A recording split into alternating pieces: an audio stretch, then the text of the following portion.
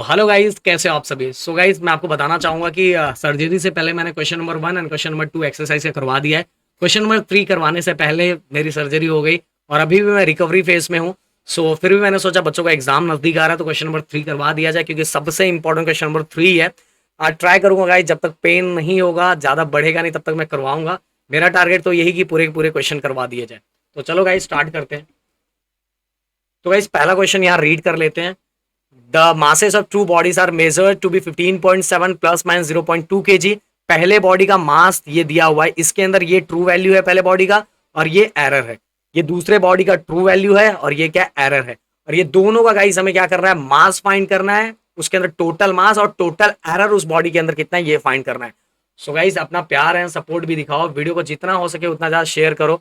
अब गाइस, मुझे जाना पड़ेगा, अपने आप को हटाना पड़ेगा क्योंकि मैं आधा स्क्रीन खा रहा हूँ, इसलिए इसको हटा दूंगा तो पूरा स्क्रीन मैं यूज कर सकता हूँ। सो गाइस, आपके पास इसके लिए टेक्स्ट बुक होना चाहिए गाइस, ये ध्यान रखना। और गाइस, 6 स्टैंडर्ड से 12 स्टैंडर्ड तक के अपने चैनल में वीडियो आ रहा है, इसलिए अपना सपोर्ट एंड प्यार दिखाओ यार। जितना आप दिखाओगे ना, उतना क्या होगा, हमारे अंदर मोटिवेशन आएगा और वीडियो कंटिन्यू होता रहेगा। सो गाइस, इसके अंदर मास जो दिया हुआ है वो हम लोग लिखते हैं। तो एक मिनट।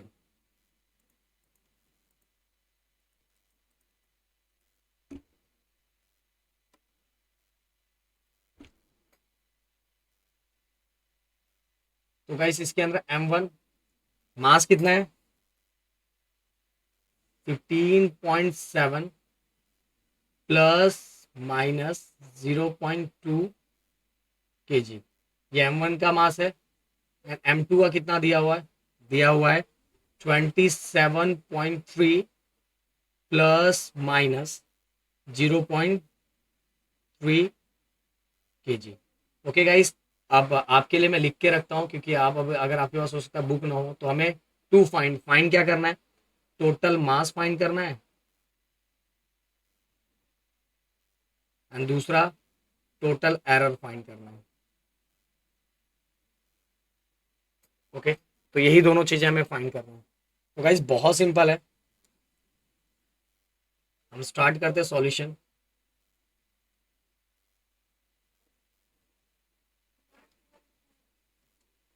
तो गाइस, ये देखो, मैंने बोला था ये ट्रू वैल्यू है, ये एरर है, तो हमें टोटल मास पहले फाइंड करना है। तो टोटल मास हम पहले फाइंड करेंगे। टोटल मास के लिए गाइस हम लोग क्या ले लेते हैं, सबसे पहले टोटल मास। हैंड राइटिंग का थोड़ा सेक्रीफाइस करना पड़ेगा क्योंकि मैं इस पे लिख रहा हूँ। टोटल मास के लिए मैंने कैपिटल M ले लिया है। पहले वाले का M1 स्मॉल M1, दूसरे वाले का स्मॉल M2। तो स्मॉल M1 पहला मास देखो कितना है, 15.7 एंड प्लस 27.3। बहुत सिंपल सा कैलकुलेशन, अगर हम इसको प्लस करते तो हमारा आ जाएगा 43 kg। ओके गाइस, ये हो गया हमारा M। अब चलेंगे गाइस नेक्स्ट जो है हमारा एरर की तरफ, क्योंकि इसी के अंदर हमें एरर भी फाइंड करना है। तो एरर भी फाइंड कर लेते हैं हम लोग।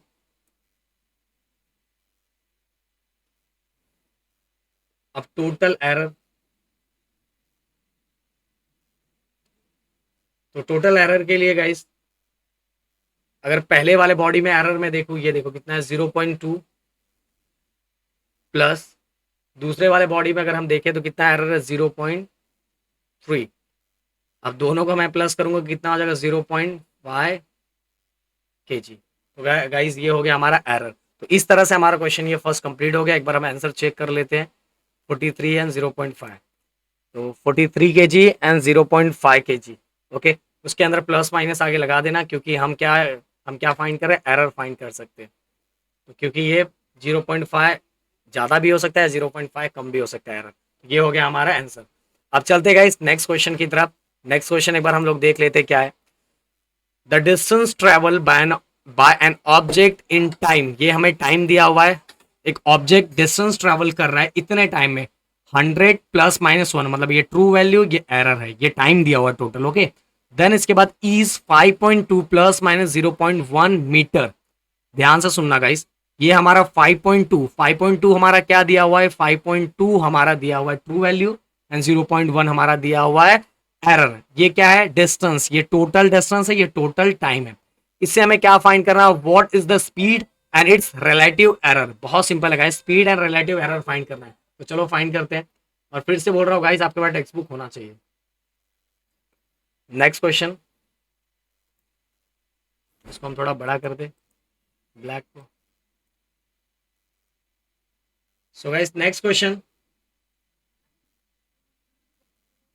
के लिए सबसे पहले हम गिवन लिखेंगे गाइस।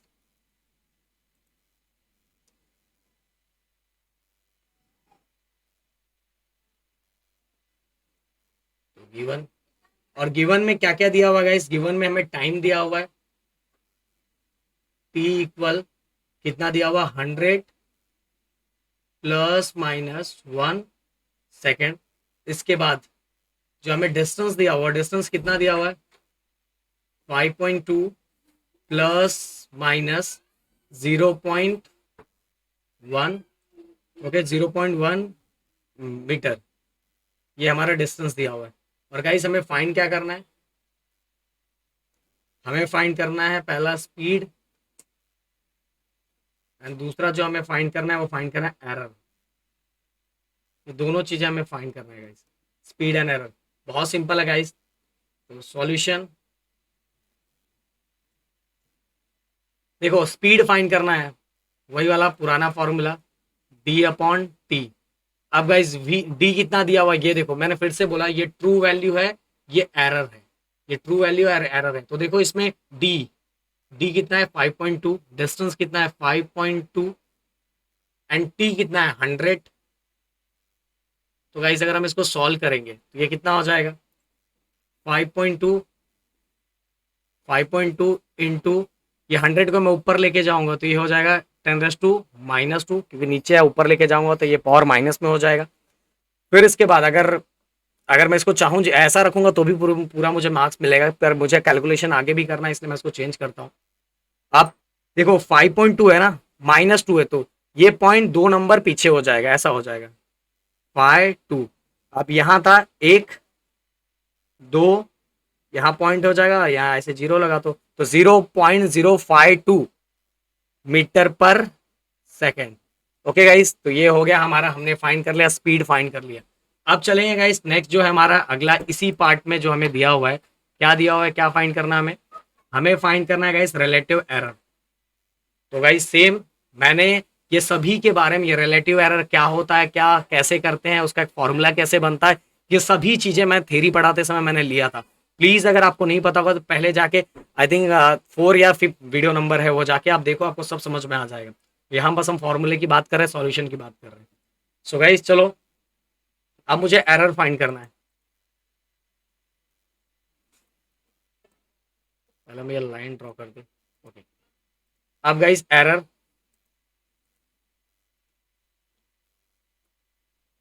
सबसे पहले मैं आपको समझाने के लिए मेन फॉर्मूला लिखूंगा, जिससे आपको बहुत अच्छे समझ में आएगा, v equal D upon T.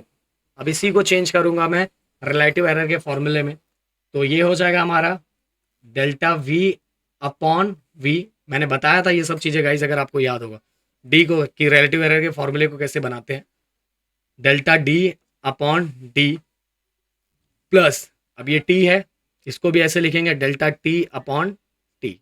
Okay, अब गाइस सबकी जिसकी इसकी वैल्यू दी है सबकी वैल्यू लिखते जाओ। डेल्टा डी मतलब डिस्टेंस के अंदर एरर कितना है, डिस्टेंस के अंदर एरर कितना है 0.1, इसलिए मैंने ऊपर लिख दिया 0.1। अब डिस्टेंस ट्रू वैल्यू मतलब ये 5.2, कितना है 5.2 लिख दिया।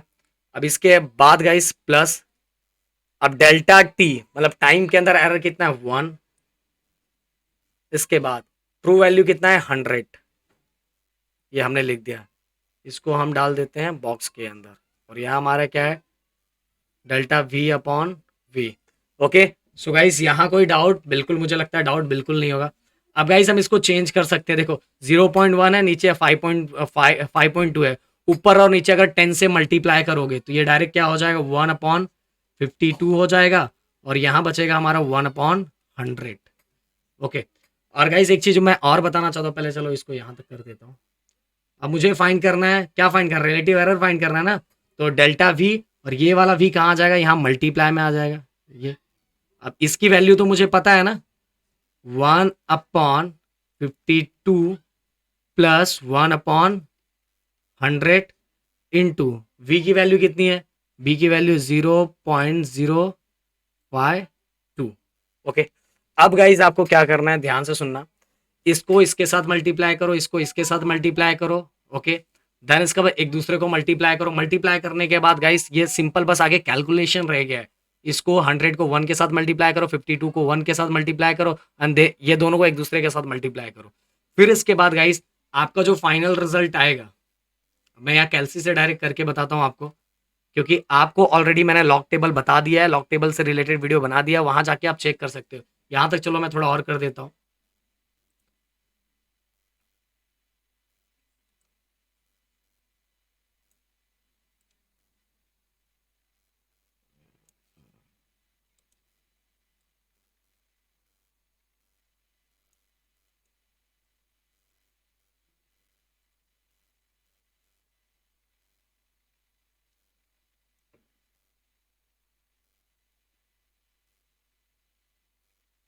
ओके, सो फिर इसके बाद आप देखो, मैं इसके आगे ऐसा कर देता हूँ। अब गाइज यहाँ 1 था, हम ऐसा कर सकते हैं, 100 वन ज़ा 100 प्लस 52 वन ज़ा 50, एंड ये दोनों को क्रॉस मल्टीप्लाई करेंगे तो ये हो जाएगा 5200 इंटू 0.052।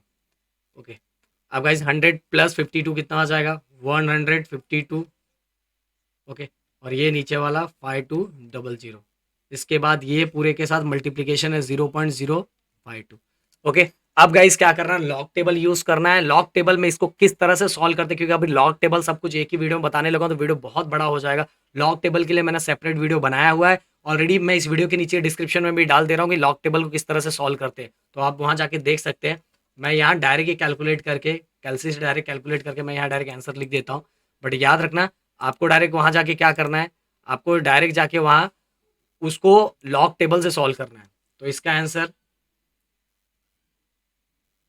इसका जो फाइनल आंसर है वो फाइनल आंसर है 0.029 मीटर पर सेकेंड। ओके, सो एक बार हम लोग चेक कर लेते हैं।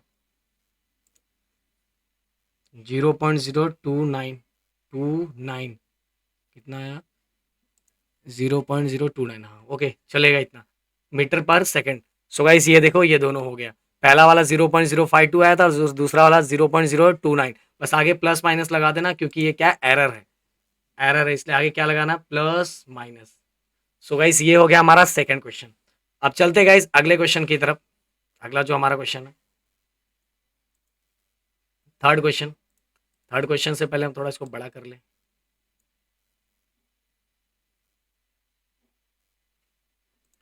Third question, an electron with a charge E enters a uniform magnetic field B bar with a velocity V bar. The velocity is perpendicular to magnetic field. The force on the charge E is given by. अब देखो guys एक एक चीजें क्या है, मैं आपको सभी चीजें एक एक करके बताऊंगा कि सबका मतलब क्या है। पर फिर से मैं आपको बोल रहा हूँ कि आपके पास बुक होना चाहिए, अगर बुक रहेगा तो चीजें अच्छे से समझ में आएगी। अब इसके अंदर गाइस जो जो चीजें दी थी, पहले मैं उसका मतलब बता दूं। सबसे पहले ये जो एफ है, ये जो एफ दिया हुआ है, F equal to B e v, क्या बात है। तो गाइस ये जो बी दिया हुआ है ये है हमारा मैग्नेटिक फील्ड, ये हमारा क्या है, मैग्नेटिक फील्ड, मैग्नेटिक फील्ड। और ये गाइस ये जो वी दिया हुआ ये है हमारा वेलोसिटी। ओके, और ये जो ई दिया हुआ ये है हमारा चार्ज, क्या हमारा चार्ज। और जो गाइस ये एफ दिया हुआ है ये आप सभी को पता है ये क्या है, ये एफ हमारा है, हमारा एफ दिया हुआ है फोर्स, क्या दिया हुआ है, फोर्स। तो गाइस सभी चीजें मैंने बता दी, बी मतलब मैग्नेटिक फील्ड, ई मतलब चार्ज, वी मतलब वेलोसिटी। अब गाइस चार्ज, अब हमें हमें क्या करना है, एक बार क्वेश्चन में बताता हूँ, ध्यान से फिर से सुनो। अब ये क्या लिखा हुआ है, the force on the charge is given, electron with the charge e enter a uniform magnetic field B bar with a velocity v bar. The velocity is perpendicular to the magnetic field, therefore on the charge is given as, obtain the dimension of b bar। हमें b bar का dimension find करना है, हमें इसका dimension find करना है, किसका dimension, इसका। हम इसका डायमेंशन फाइंड करते हैं, बहुत सिंपल सा। तो गाइस ये सब चीजें आपको समझ में आ गई है, मैं इसको रफ कर देता हूँ। ओके, अब हमें फॉर्मूला लिख देते हैं जो हमें दिया था, F equal to B e v, B मतलब मैग्नेटिक फील्ड, ई मतलब चार्ज, वी मतलब वेलोसिटी। अब गाइस मुझे ये फाइंड करना है, इसलिए फॉर्मूले को मैं इसकी तरह चेंज कर दूंगा। ये हो जाएगा बी एफ, यही रहेगा, और ये दोनों कहाँ जाएगा, डिवाइड में आ जाएगा, एफ ई वी। ओके, अब मैं गाइस यहाँ थोड़ा और चेंज करूंगा, एफ।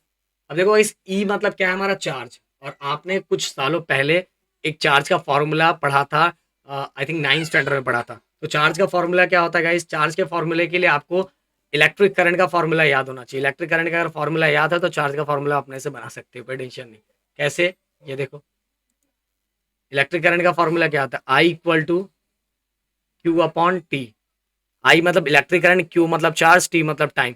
अब ये हमें तो चार्ज चाहिए, ई मतलब ही चार्ज होता है, क्यू मतलब ही चार्ज होता है। तो आई को टी के साथ मल्टीप्लाई करेंगे तो क्यू इक्वल टू क्या आ जाएगा, आई टी, आई टी। और इसी का मतलब ई भी होता है, चार्ज भी। तो ई के जगह पे हम क्या लिख सकते हैं, आई टी लिख सकते हैं। क्या लिख सकते हैं, आई टी। इसलिए हमारा जो फॉर्मूला बन जाएगा वो क्या बन जाएगा, ई के जगह पे आई टी, और वी के जगह पे तो वी वेलोसिटी वैसी रहेगा। अब हमें किसका, हमें इसका डायमेंशन फाइंड करना है। क्या फाइंड करना है, डायमेंशन।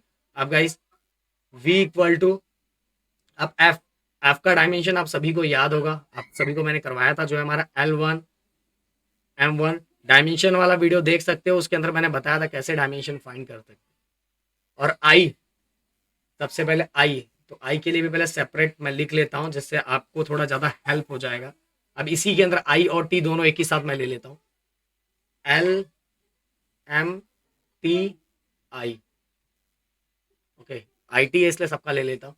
एल, इसके अंदर लेंथ तो है नहीं, ये हो गया 0। मास तो है नहीं, तो ये हो गया 0। टी कितना दिया हुआ है, टी, टी टाइम 1 दिया हुआ, तो इसलिए एक दिया हुआ है। और इलेक्ट्रिक करंट भी एक दिया हुआ, इसलिए यहाँ भी वहाँ मैंने 1 ले लिया। अब इसके बाद गाइस क्या दिया, हमारा वेलोसिटी।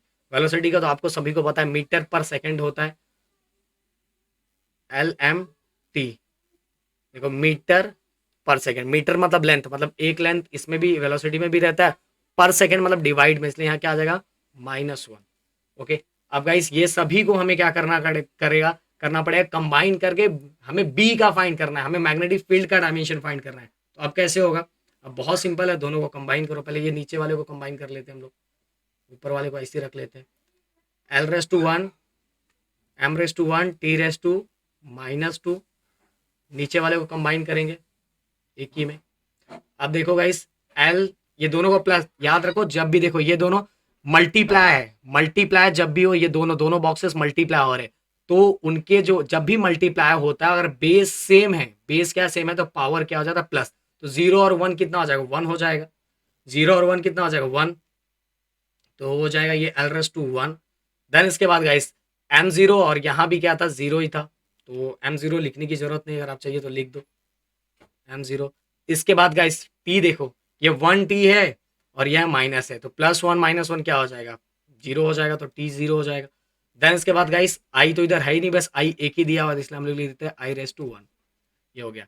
अब गाइस दोनों का कंबाइन फाइंड करना है, क्योंकि मुझे क्या फाइंड करना है, मुझे तो मैग्नेटिक फील्ड का फाइंड करना है। तो मैं दोनों को फिर से, अब देखो दोनों, ऊपर वाला और नीचे वाला, दोनों की इसमें डिवाइड में, जब भी डिवाइड में होता है तो जो अगर बेस सेम है तो पावर क्या हो जाता है, माइनस। मल्टीप्लाई में पावर क्या हो रहा था, प्लस। मल्टीप्लाई में पावर क्या हो रहा था, प्लस, पर डिवाइड में पावर क्या हो जाएगा, माइनस हो जाएगा। तो दोनों को फिर से कंबाइन करूंगा, एल। अब इसका पावर 1 है, इसका पावर भी 1 है, तो 1 -1, क्योंकि माइनस होगा ना, 1 -1 क्या हो जाएगा, 0 हो जाएगा। ओके, देन इसके बाद गाइस 1 -0, 1 -0, तो ये 1 -0 हमारा क्या आ जाएगा, 1 हो जाएगा। ओके, देन इसके बाद गाइस t -2 -0 कितना होगा, -2 ही होगा ना, 0 के साथ माइनस करोगे तो ही बचेगा। और लास्ट गाइस ये हमारा डिवाइड में I⁻1 है, तो ये डायरेक्ट ऊपर जाएगा, तो ये हो जाएगा I⁻⁻1। तो गाइस ये है हमारा मैग्नेटिक फील्ड का dimension, L⁻⁴ M⁻⁴ T⁻², I⁻⁻1। So guys अब बढ़ते हैं हम आगे की तरफ। आगे जो हमारा क्वेश्चन दिया हुआ है, L⁻⁴ M⁻⁴ T⁻² और T⁻², तो ये उसका हो गया मैग्नेटिक फील्ड। अब चलेंगे आगे अगले क्वेश्चन की तरफ, डायमेंशन फाइंड कर लिया। अगला क्वेश्चन क्या है गाइस, एक बार हम देखते हैं।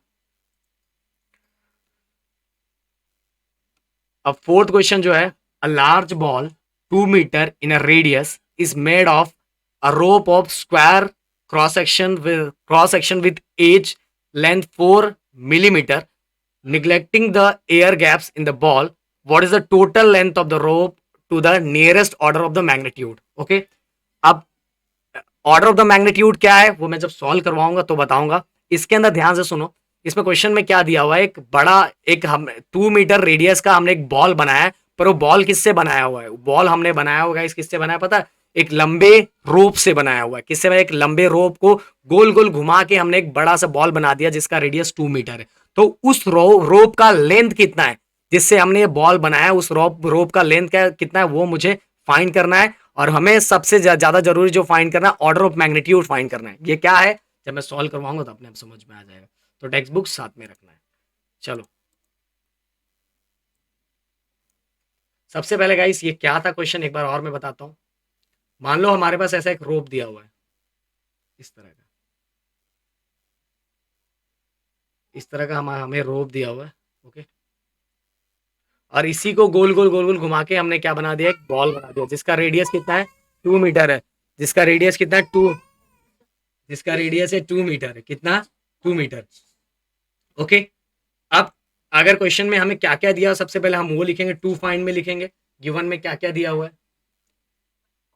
गिवन में गाइस हमें दिया है कि जो बॉल हमने बनाया इस रोप से उसका रेडियस कितना दिया हुआ है, R equal to 2 metre radius दिया हुआ है। फिर गाइस ये देखो, ये एज पे जो स्क्वायर क्रॉस सेक्शन एज है, स्क्वायर क्रॉस सेक्शन एज है, उसका लेंथ जो दिया हुआ है वो लेंथ कितना हुआ है ये देखो। ये एंडिंग पे ऐसा बन रहा है, ऐसा ऐसा ऐसा वाला रोप है। तो इसके एज के एक का लेंथ, पर ये स्क्वायर है तो एक का भी लेंथ हमें पता चल जाएगा। हमें ये इस स्क्वायर का टोटल एरिया अपने आप पता चल जाएगा, क्योंकि आपको पता है कि एल स्क्वायर कर देंगे तो हमें ये टोटल एरिया पता चल जाएगा।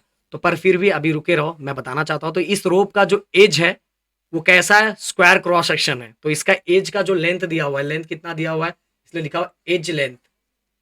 एज लेंथ कितना है वो 4 मिलीमीटर। अब 4 मिलीमीटर को अगर हमें मीटर में कन्वर्ट करना है तो कितना, 4 × 10⁻³ करना पड़ता है, ये याद रखो, क्योंकि हमें सबको सेम क्वांटिटी में, अगर ये मीटर है तो ये भी मीटर में रहना चाहिए। अब गाइस हमें फाइंड क्या करना है, हमें फाइंड करना है लेंथ, फाइंड करना है, हमें फाइंड करना है लेंथ। एक मिनट,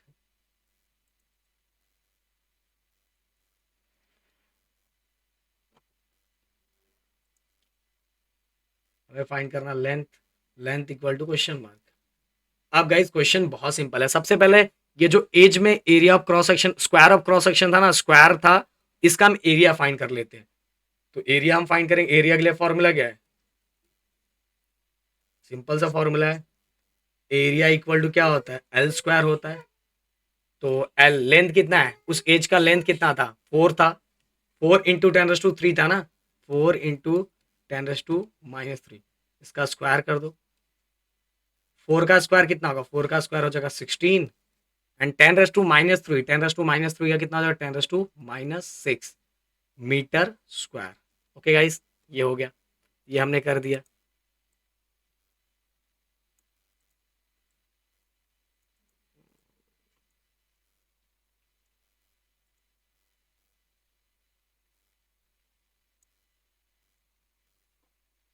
ओके, अब चलते आगे की तरफ। अब पर अभी तक हमने बस एरिया फाइंड किया। अब एरिया मैंने क्यों फाइंड किया सर, हमें तो लेंथ फाइंड करना था, आपने एरिया क्यों फाइंड किया, तो बताता हूँ मैंने एरिया क्यों फाइंड किया। थोड़ा सब्र रखो, इसको थोड़ा रफ कर देता हूँ मैं।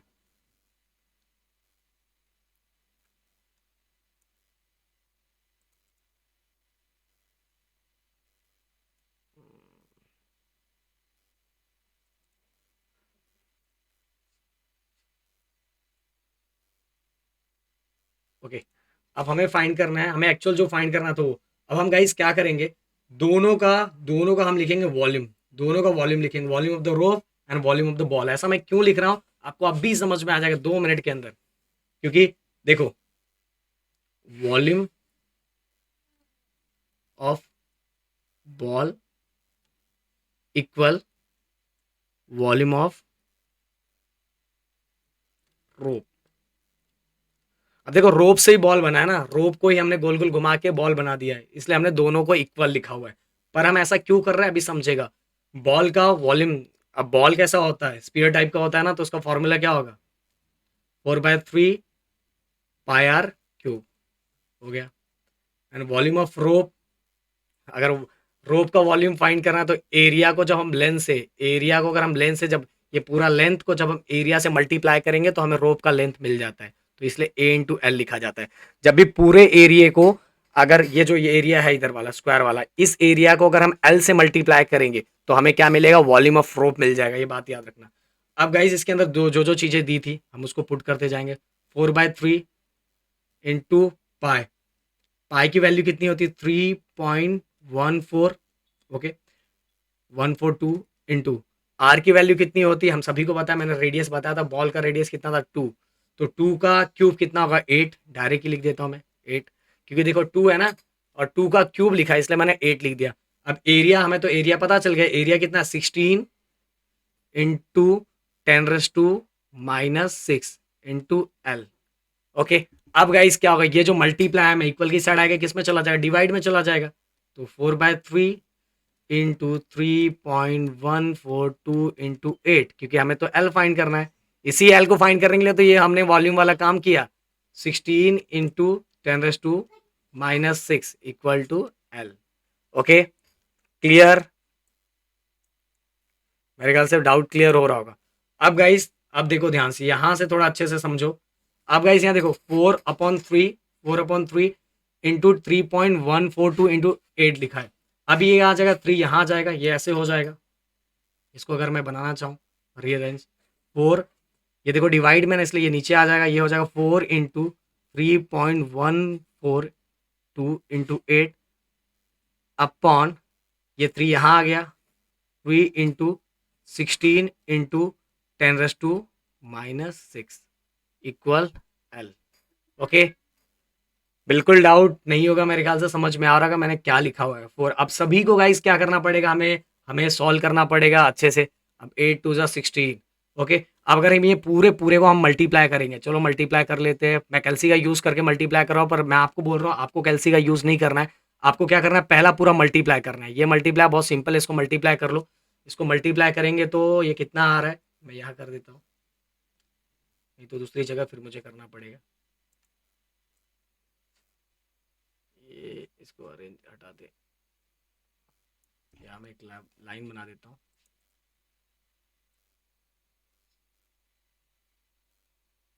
ओके। अब अगर गाइस मैं इसको ऊपर वाले को पूरे को मल्टीप्लाई करता हूँ, 3.142 अगर मैं इसको मल्टीप्लाई करता हूँ तो आंसर आता है, आंसर हमारा आ गया एल इक्वल टू 100.54 मल्टीप्लाई करके। देन इसके बाद गाइस नीचे वाला तो आपको सभी को पता है, 16 3 सा 48 हो जाएगा, ये सिंपल सा कैलकुलेशन, इंटू 10⁻⁻6। अब गाइस क्या करना है, लॉग टेबल का यूज करके, लॉग टेबल का यूज करके इसको क्या करना है, सॉल्व करना है इसको, और ये 10⁻⁻6 ऊपर चला जाएगा, और जब इसको सॉल्व करेंगे लॉग टेबल का यूज करके, तो मैं तो अभी कैल्सी का यूज करके बता रहा हूँ, बट गाइस आप सभी को मैंने बताया कि लॉग टेबल में इसको कैसे यूज करना है ऑलरेडी मैंने बताया, तो आप जाके वहाँ ट्राई कर सकते हो एल। तो अगर जब इसको हम सॉल्व करेंगे तो हमारा जो आंसर है वो हमारा आंसर क्या आ जाएगा, वो आंसर आ जाएगा 100.54 दिया हुआ, तो डायरेक्ट हम 54 दिया हुआ ना, तो डायरेक्ट हम इसको क्या ले लेते हैं, 100 है तो 101 ले लेते हैं, ऐसा ले सकते हैं। 0.5 दिया हुआ है ना, 0.5 5 से बड़ा हुआ है, तो डायरेक्ट 100 की जगह 101 ले सकते हैं, कैलकुलेशन और सिंपल हो जाएगा, और ये हो जाएगा 48 इंटू ये 10⁻⁻6 नीचे था ऊपर गया तो हो जाएगा 10⁻6 हो जाएगा। अब इसको यूज़ कर सकते हो आप log table, log table use करके करोगे तो मैंने यहाँ कैल्सी से निकाल लिया 0.14 सॉरी 1046 इंटू 10⁻6 मीटर, ये हमारा आंसर आ जाएगा, ओके। बस ये खुद से करना है गाइस सबसे। अब ये हमारा लेंथ आ गया। अब क्वेश्चन ये है कि सर इसमें तो क्या पूछा था, इसमें पूछा था ऑर्डर ऑफ मैग्नीट्यूड, ये देखो ऑर्डर ऑफ मैग्नीट्यूड पूछा है ना, ऑर्डर ऑफ मैग्नीट्यूड, तो गाइस 10⁻6, ओके। ये जो देखो ये वाला ये हमारे जो आंसर का ये लास्ट वाला जो आया है, ये यही है हमारा order of magnitude, order of magnitude 10⁻6 metre. अगर 10⁻6 मीटर को हम किलोमीटर में कन्वर्ट करना चाहते हैं तो कितना हो जाएगा 10⁻3 किलोमीटर। दोनों को हम इसको भी लिख सकते हैं, अगर हमसे बस ऑर्डर ऑफ मैग्नीट्यूड पूछा हुआ है। लेंथ अगर हम पूरा लिखेंगे फिर इसके बाद हम लोग लिख दो order of magnitude equal to nearly equal to 10⁻6, ये वाला। ओके, तो गाइस ये हो गया हमारा ये वाला क्वेश्चन। अब चलो बढ़ते हैं अगले क्वेश्चन की तरफ। अगला क्वेश्चन क्या है हमारा? अगला क्वेश्चन सिंपल है guys. Nuclear radius R has a dependence on the mass number A as R equal 1.3 into 10 raised to 16 A raised to 1 by 3 meter for a nucleus of a mass number A equal to 125. Okay, for A की value, इस A की value कितनी दी है 125। Often the order of magnitude of R expressed in metre. R का order of magnitude find करना, R का order of magnitude find करना, क्या भी समझ में आ जाएगा। और उसको किस में एक्सप्रेस करना है? मीटर में एक्सप्रेस करना है। अब यहां मैं करता हूं, ध्यान दो अच्छे से। टेक्स्ट बुक आपके पास होना चाहिए, क्या क्या लिखूंगा आपने आप समझ में आ जाएगा।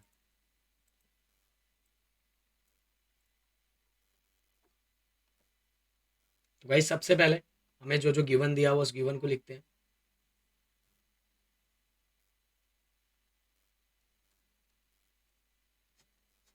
गिवन गिवन में गाइस हमें आर दिया हुआ है।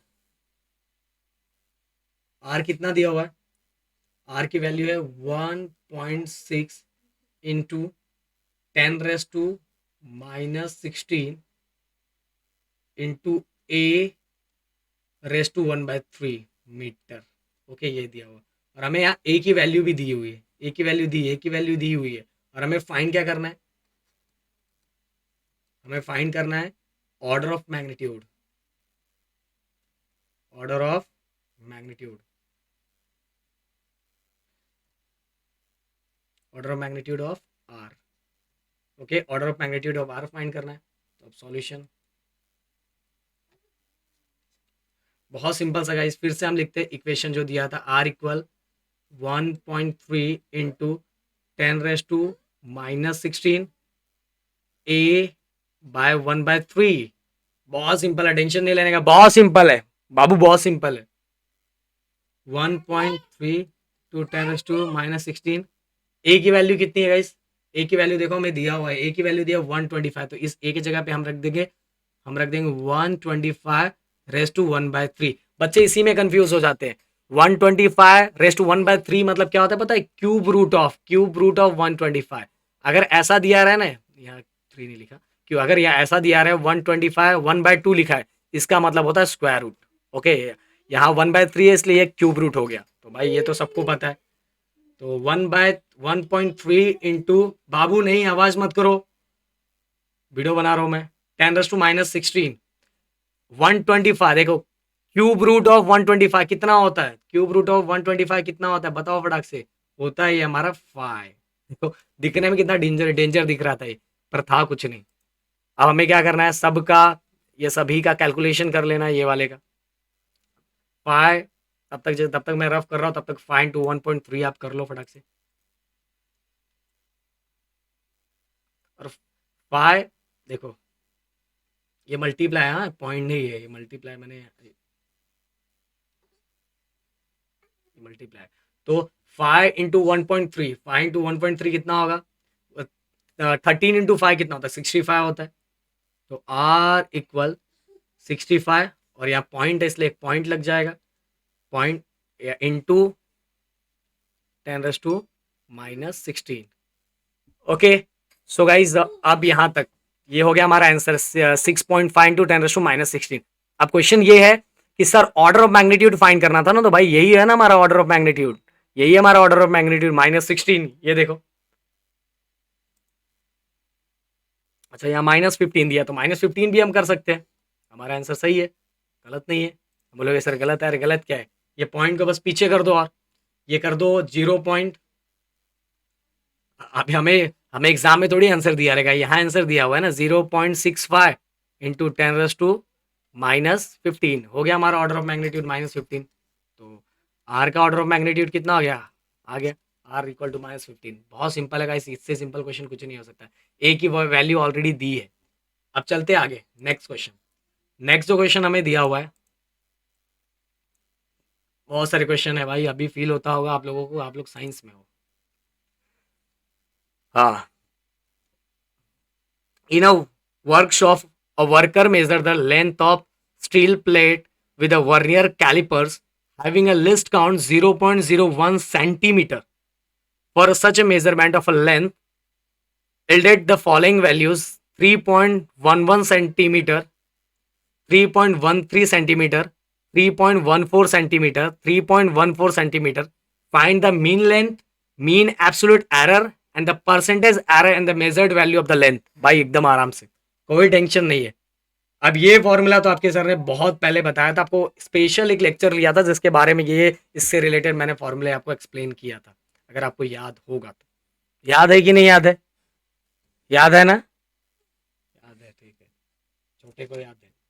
तो गाइस, हमें जो जो गिवन दिया हुआ, गिर जाओगे आप, अभी गिर जाओगे। जो जो हमें लेंथ दिया हुआ है गिवन में हम लिखते जाते हैं।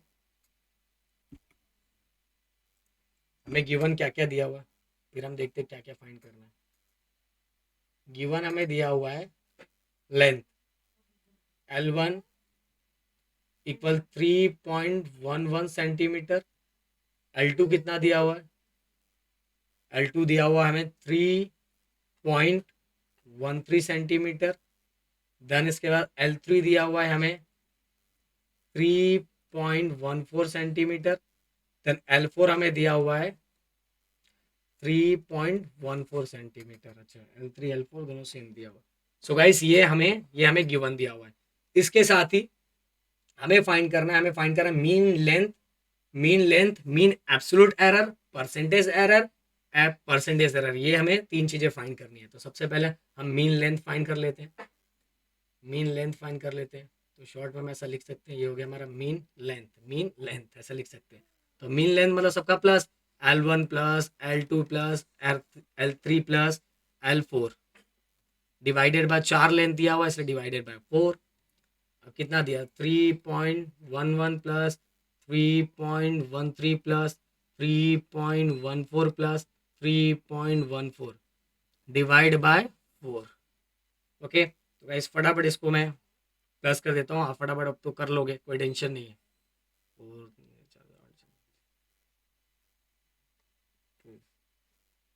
1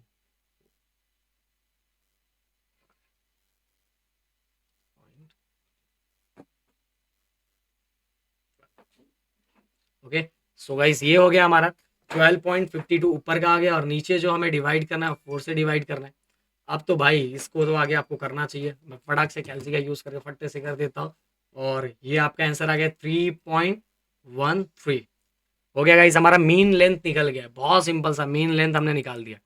अब मीन लेंथ हमारा निकल गया, अब हमें क्या निकालना? नेक्स्ट हमें क्या दिया? और फाइंड करने के लिए हमें mean absolute error. Mean absolute error के लिए फॉर्मूला आपको याद होगा, तो हम ऐसा लिख सकते हैं, ये मीन लेंथ हो गया, इसके आगे डेल्टा वाला ये साइन बना दो, ये हो गया मीन एब्सोल्यूट एरर। क्या हो गया? Mean absolute error.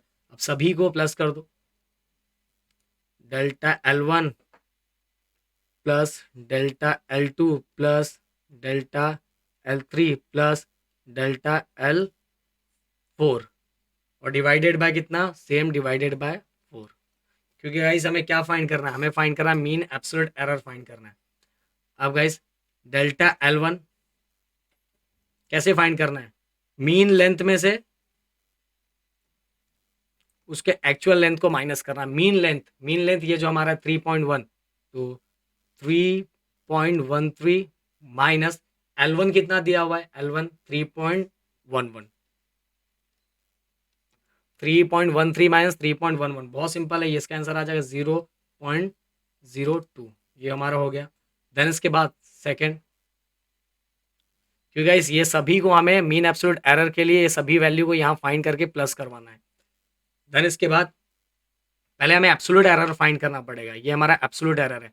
Absolute error के बाद हम ये सभी को, आपको पता है मैंने बताया था, एब्सोल्यूट एरर, फिर जो भी एब्सोल्यूट एरर की वैल्यू आई उन सभी को प्लस कर दोगे, और डिवाइडेड बाय उतने नंबर से, डिवाइडेड बाय जितनी भी क्वांटिटी दी रहेगी डिवाइड कर दोगे, आपका आ जाएगा मीन एब्सोल्यूट एरर। तो सबसे पहले हमें एब्सोल्यूट एरर फाइंड करना पड़ेगा। तो ये हम एब्सोल्यूट एरर फाइंड कर रहे हैं।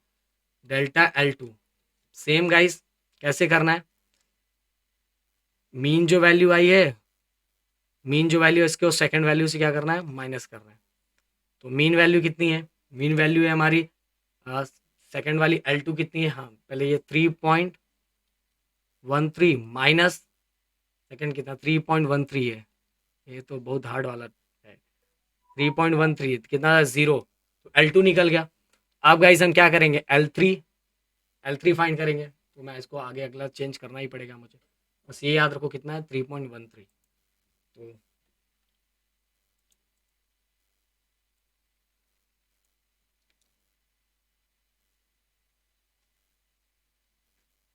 तो डेल्टा L3 ये हमारा हो गया L mean minus L3।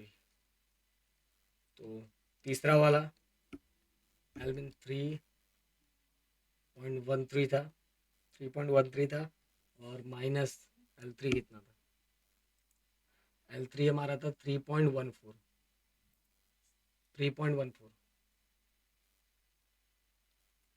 Okay, तो अगर हम इसको माइनस करते हैं तो हमारा माइनस करके कितना आ जाएगा, 0.01। और गाइस ये मोड़ दिया हुआ इसलिए माइनस नहीं आने वाला, सब वैल्यू प्लस में ही आएगी।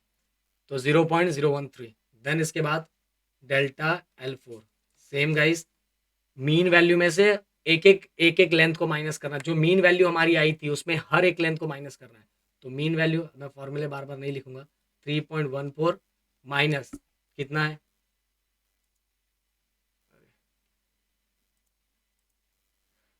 3.14, नहीं नहीं ये हमारा 3.13 था ना, एक मिनट, मीन वैल्यू हमारा 3.13, 3.13 माइनस 3.1, 3.14, 3.14, 3.14, एकदम सिंपल सा, इसका आंसर आ गया 0.01।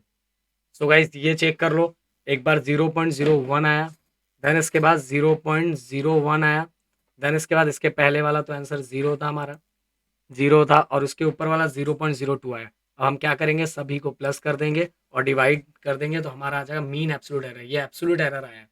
मीन एब्सोल्यूट एरर के लिए क्या करेंगे, delta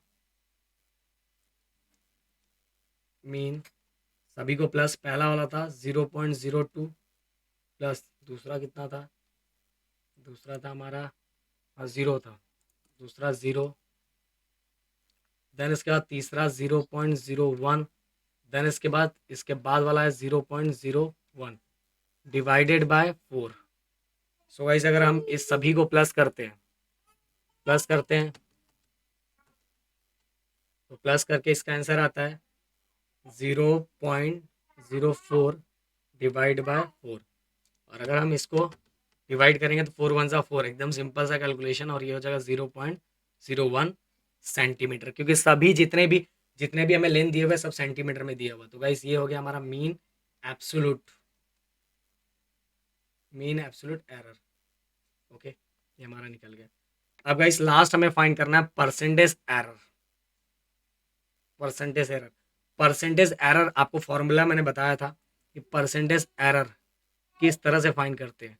percentage error, mean absolute error को, mean absolute error, mean absolute error का क्या था फॉर्मूला, देखो, मीन एब्सोल्यूट एरर को मीन वैल्यू से, जो हमने मीन वैल्यू निकाली थी उससे क्या करना है, डिवाइड, मीन वैल्यू से क्या करना है, डिवाइड करना है, इनटू 100 करना, जो मीन वैल्यू हमारी आई थी। ओके, 100 से मल्टीप्लाई करेंगे तो हमारा आ जाएगा, ये अगर हम 100 नहीं लेते तो हमारा रिलेटिव एरर आता है, बट अगर मल्टीप्लाई बाय 100 कर देंगे तो हमारा क्या आ जाएगा, ये परसेंटेज एरर।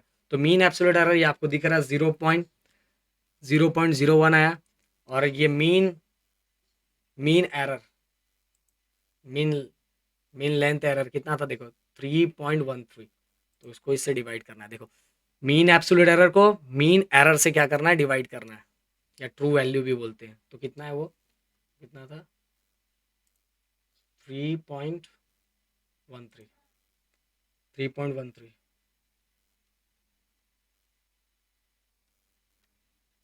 इंटू 100। ओके, अब गाइस 0.013 इसको आप डिवाइड करोगे, डिवाइड करके इंटू 100 कर दोगे तो आपका आंसर अपने आप आ जाएगा। या तो दोनों नंबर को ऊपर से क्या करो, दोनों नंबर को ऊपर और नीचे से 100 से मल्टीप्लाई करो तो ये हो जाएगा 1/313 इंटू 100। अब 100 को 1 से मल्टीप्लाई कर दो और इसको गाइस अगर आप सॉल्व करोगे तो सॉल्व करने पे आपका आंसर अपने आप ही मिल जाएगा। बहुत सिंपल सा कैलकुलेशन है और ये आपको लॉग टेबल यूज़ करके करना है, जिसका आंसर आ रहा है 0.32। 0.2 क्योंकि परसेंट इसलिए मैंने लगाया क्योंकि हमें परसेंट एरर बोला है, इसलिए 0.3 परसेंट एरर। ओके, तो गाइस ये पूरी तरह से मैंने निकाल दिया। अब चलते हैं नेक्स्ट क्वेश्चन की तरफ। नेक्स्ट जो हमारा क्वेश्चन है वो है, क्वेश्चन है find the percentage error in kinetic energy of a body having mass 60.0 plus minus 0.3 gram moving with a velocity 25.0 plus minus 0.1 centimetre पर सेकेंड। सेंटीमीटर पर सेकेंड, ओके, ये भी ग्राम में, ये भी सेंटीमीटर पर सेकेंड में, तो कोई टेंशन नहीं है। हमें क्या फाइंड करना है, find the percentage error in the kinetic energy. Kinetic energy के अंदर परसेंटेज एरर फाइंड करना है और हमें दिया हुआ है ये मास दिया हुआ है और ये मास दिया हुआ है, मतलब ये ट्रू वैल्यू मास के अंदर है, ये हमें क्या है एरर है, और ये उसका वेलोसिटी दिया हुआ है, ये ट्रू वैल्यू, ये उसका एरर। अब इसके थ्रू हमें परसेंटेज एरर काइनेटिक एनर्जी के अंदर फाइंड करना है। डरना नहीं भाई, बहुत सिंपल है, ना डरने वाली जैसी कोई बात नहीं है। बट टेक्स्ट बुक साथ में रखो, प्रदीप सर है तो क्या गम है। चलो बढ़ते आगे। सबसे पहले गाइस हमें जो गिवन दिया, गिवन लिख लो,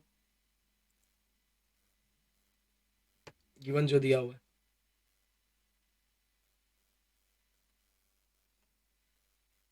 हमें गिवन क्या लिखा हुआ है, मास दिया हुआ है। थोड़ा हैंड राइटिंग में सेक्रीफाइस करना पड़ेगा भाई, क्योंकि इस पर हम बहुत दिनों के बाद लिख रहे हैं। 60.0 plus minus 0.3 kg। Okay, and velocity जो दिया हुआ है वो कितना दिया हुआ है, वो दिया हुआ है 25.0 प्लस माइनस 0.1 सेंटीमीटर पर सेकेंड। ओके, और हमें फाइंड क्या करना है, हमें फाइंड करना है percentage error in kinetic energy. Okay, percentage error kinetic energy. So guys kinetic energy के फॉर्मूले से स्टार्ट करेंगे हम।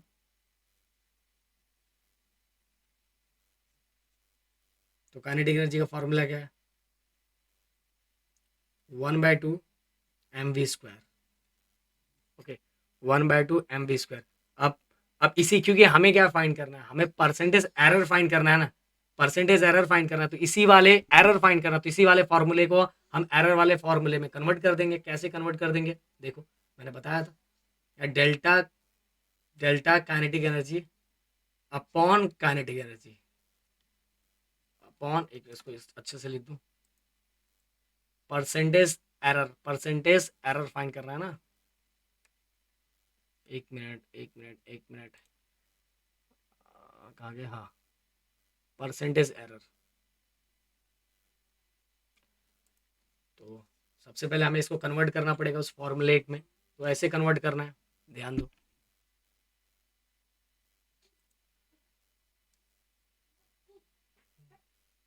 डेल्टा के अपॉन के इंटू 100। ओके, ये कन्वर्ट हो गया हमारा, इंटू 100 कर दिया तो परसेंट एरर हो गया। ओके, समझ में आया, ये इंटू 100 कर दिया ना, ये रिलेटिव एरर है। डेल्टा के ई अपॉन के ई ये रिलेटिव एरर हुआ, पर जैसे ही मैंने 100 से मल्टीप्लाई कर दिया तो ये क्या हो गया, परसेंट एरर हो गया। अब ये 1/2 कांस्टेंट टर्म को नहीं लिया जाता है, फिर से बता रहा हूँ, कांस्टेंट टर्म को एरर में हम फाइंड नहीं करते, कांस्टेंट टर्म है, फिक्स टर्म है, हमें बस बात एम और वी की करेंगे। तो इसको भी कन्वर्ट करूंगा एरर के फॉर्मूले में। तो सबसे पहले रिलेटिव एरर, फिर मल्टीप्लाई कर दूंगा तो ये हो जाएगा परसेंटेज एरर। तो delta m upon m plus दूसरी क्वांटिटी है इसलिए बीच में प्लस, और ये 2 दिया हुआ है, 2 यहाँ पावर में था, यहाँ मल्टीप्लाई में आ जाएगा। इसी तरह से मैंने बताया था आपको, रिलेटिव एरर में मैंने सभी चीज़ें बताई थी, वी, और वी को भी हमें एरर में कन्वर्ट करना, तो डेल्टा वी अपॉन वी, ये हो गया रिलेटिव एरर में कन्वर्ट, और ये सभी को मैं 100 से मल्टीप्लाई कर दूंगा तो ये हो जाएगा परसेंटेज एरर। तो ध्यान से देख लो गाइस, काइनेटिक एनर्जी था इसको मुझे परसेंटेज एरर में कन्वर्ट करना था, तो पहले मैंने रिलेटिव एरर में कन्वर्ट किया, डेल्टा के अपॉन के, ओके, देन इनटू 100 किया, तो इसके बाद कांस्टेंट टर्म है तो उसको लेते नहीं है। मास सबसे पहले इसको मैंने रिलेटिव एरर में कन्वर्ट किया, delta m upon m, plus ये पावर में 2 था तो मल्टीप्लाई में आ गया 2 into delta v upon v, फिर हमने ब्रैकेट में लिया इंटू 100। तो यहाँ तक की चीज़ें समझ में आ गया, बस हमें वैल्यू पुट करना है, काम खत्म हो गया। अब वैल्यू पुट करते हैं हम सबकी। अब देखो डेल्टा एम, ये वाला रिलेटिव एरर, मतलब sorry error, delta m error कितना दिया हुआ, 0.3, एम कितना दिया 60, प्लस 2 इंटू डेल्टा वी कितना दिया 0.1 अपॉन वी, वी की तरह वी, ये देखो ये वेलोसिटी का एरर है, ये ट्रू वैल्यू है, तो हमें नीचे वाला ट्रू वैल्यू लिखना है वी 25, और ये उसको पूरे हम ब्रैकेट में ले लेते हैं इंटू 100। ओके, अब मैं इसको बाकी को यहाँ सॉल्व कर देता हूँ, यही आपकी आंखों के सामने रहेगा तो आपको दिखेगा अच्छे से।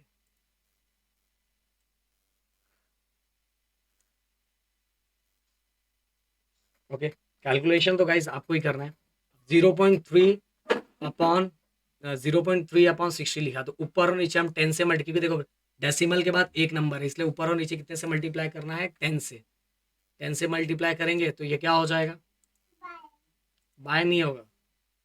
जैसे ही हम ऊपर और नीचे 10 से मल्टीप्लाई करें तो यहाँ का डेसिमल यहाँ आ जाएगा, मतलब ये बस ओनली 3 बचेगा, और ऊपर 60 का 600 हो जाएगा, प्लस प्लस अब ये 2 इसको मल्टीप्लाई करेंगे तो ये हो जाएगा, ये जब इसको मल्टीप्लाई करेंगे तो 0.1 से मल्टीप्लाई करेंगे तो 0.2, ये हो जाएगा हमारा 0.2 अपॉन 25, और ये सभी को ब्रैकेट में ले लेते हैं इंटू 100, क्योंकि परसेंट एरर फाइंड करना है।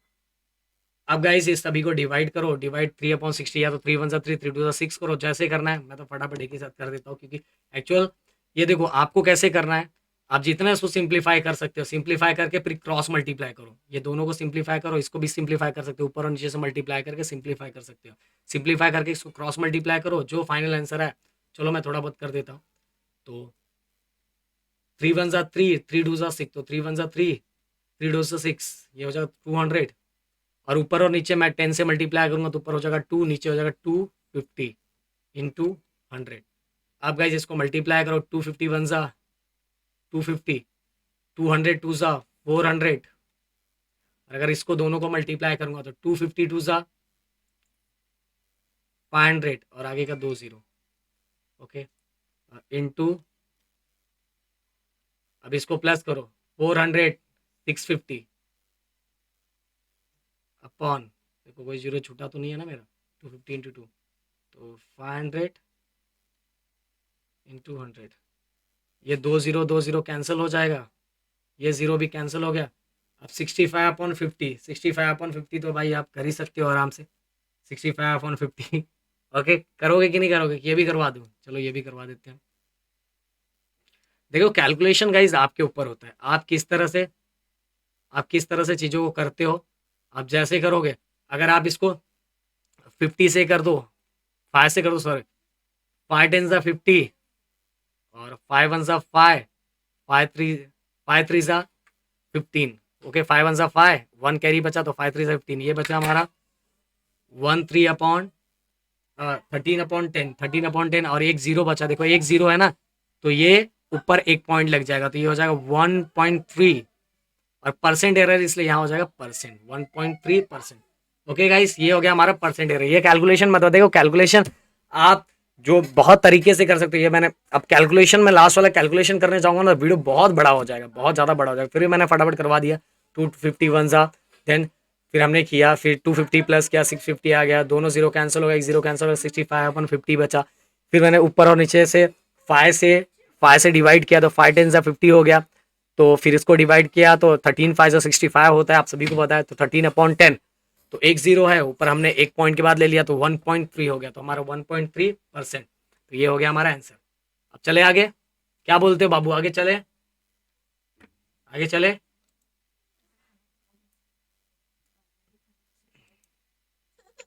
अगला क्वेश्चन गाइस, ये क्वेश्चन मैं आपको दूंगा क्योंकि कुछ तो बाबू लोग को भी करना चाहिए ना, क्योंकि पापा ने बोला तो करना पड़ेगा कि नहीं करना पड़ेगा बाबू? बाबू करना पड़ेगा ना? मम्मी मारी? कौन मारा बाबू? ठीक है, मत मारो उसको। सो गाइस, ये वाला अगला क्वेश्चन। सो ये सेम टू सेम है, mean absolute error, relative error, percentage error. तो ये मैं आपको होमवर्क दे रहा हूँ, मैं देखता हूँ कमेंट में कितने बच्चे करके मुझे दिखाते हैं। सेम टू सेम है। मैं बढ़ता हूँ अगला क्वेश्चन, जो 9th क्वेश्चन है। 9th क्वेश्चन में गाइस क्या है? An object is falling freely under the gravitational force, its velocity after the travelling a distance h is v if v depends upon gravitational acceleration g and distance। v किस पे depend हो रहा है? ये यहां से लाइन बहुत समझने वाली है। v depend upon gravitational acceleration, मतलब v g पे एंड डिस्टेंस पे डिपेंड है। डिस्टेंस मतलब h, ओके, मतलब v दो चीजों पे डिपेंड, g और h।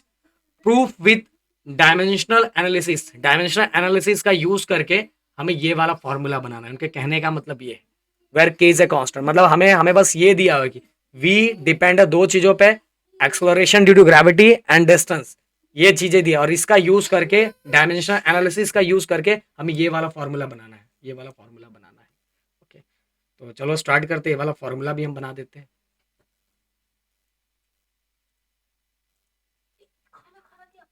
अगला, सबसे पहले गाइस हमें गिवन दिया हुआ है,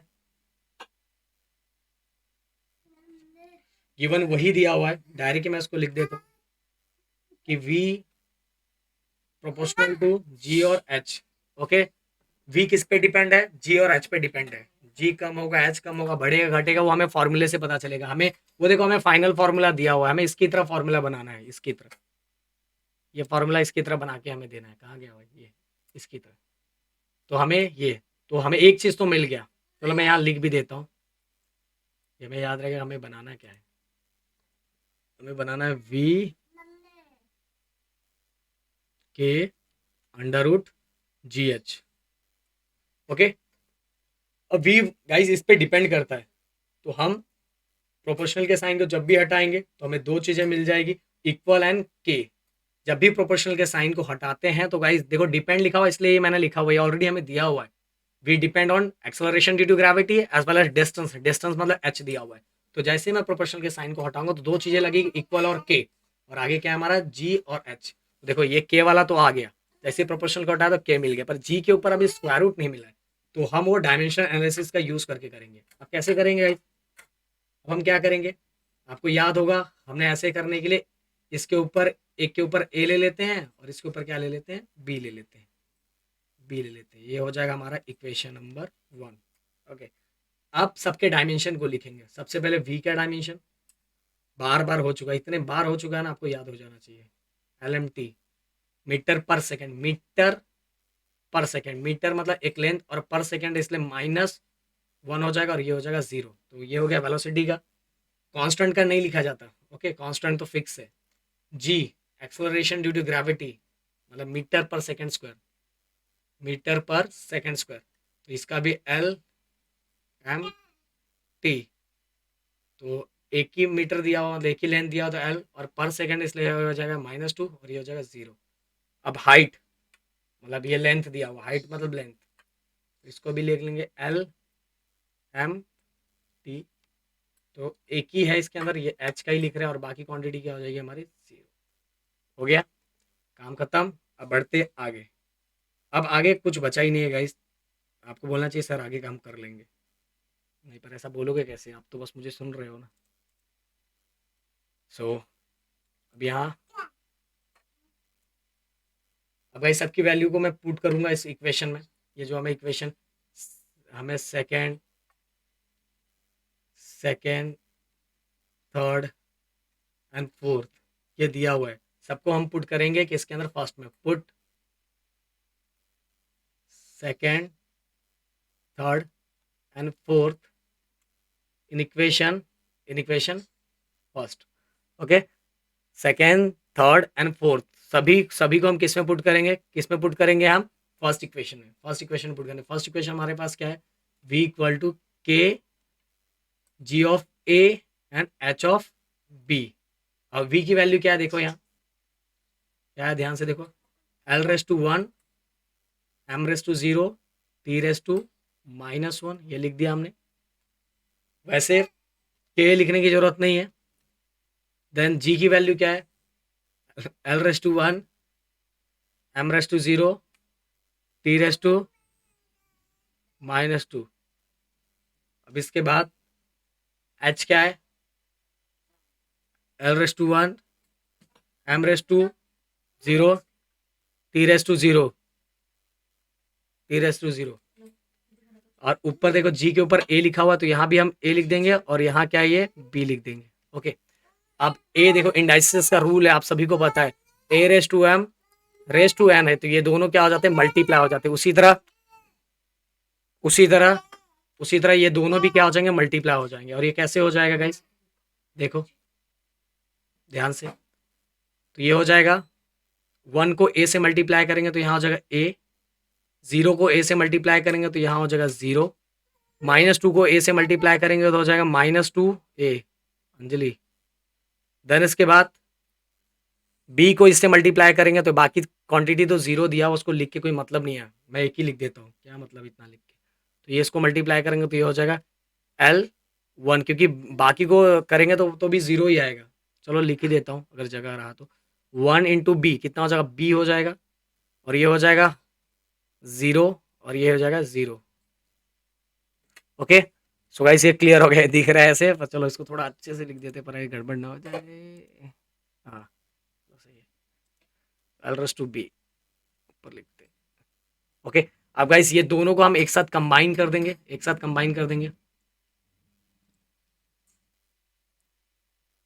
तो अब देखो मैंने 12 बोला कि अगर बेस सेम है और मल्टीप्लाई हो रहा है तो पावर क्या हो जाता है, प्लस। एकदम बच्चे लोगों की तरह समझा रहा हूँ, पावर प्लस हो जाता है, तो ये हो जाता है ए प्लस बी, तो पावर दोनों का प्लस हो गया। अब देखो यहाँ m0 दिया हुआ, तो 0 लिखने की जरूरत नहीं है, मत लिखो, अब रहने दो, बहुत हो गया अभी।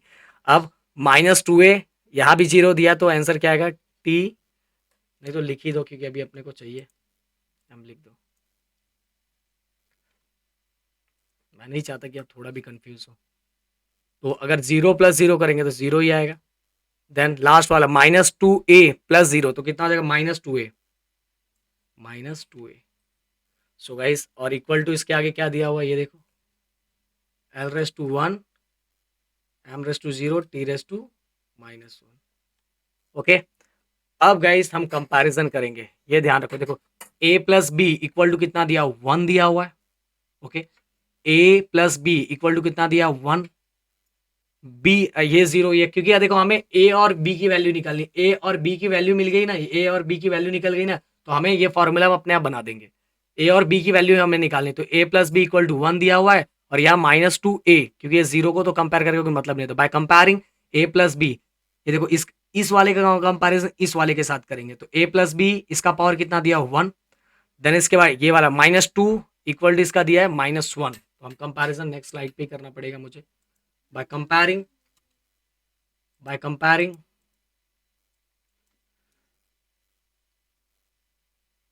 कंपेयर करेंगे तो a + b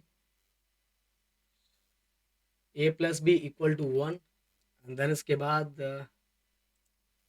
a + b equal to 1 है, and -2a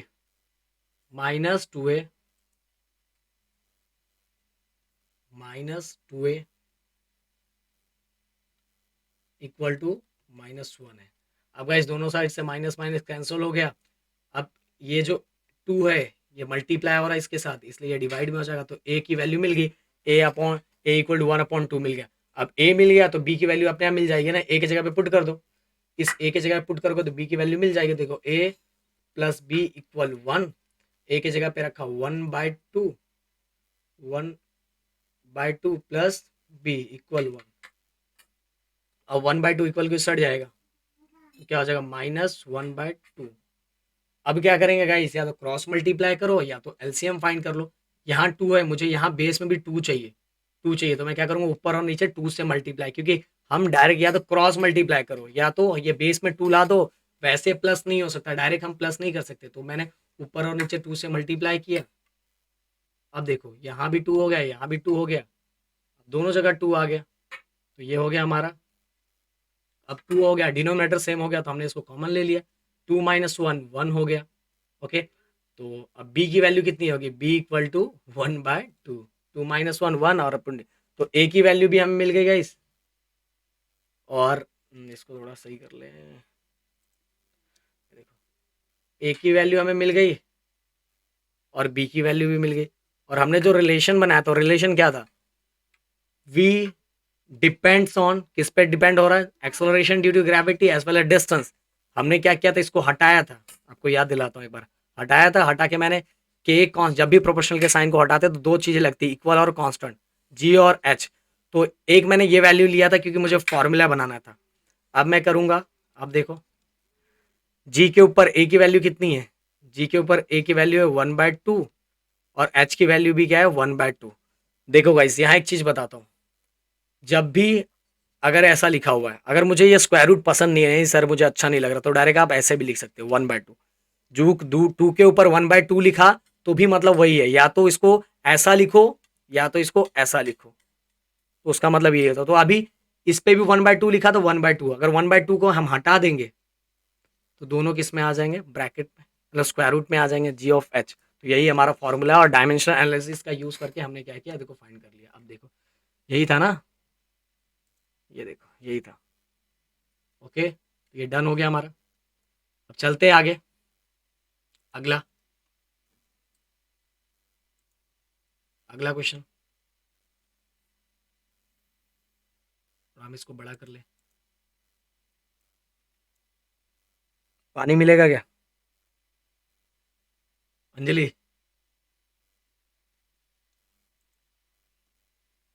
10th question,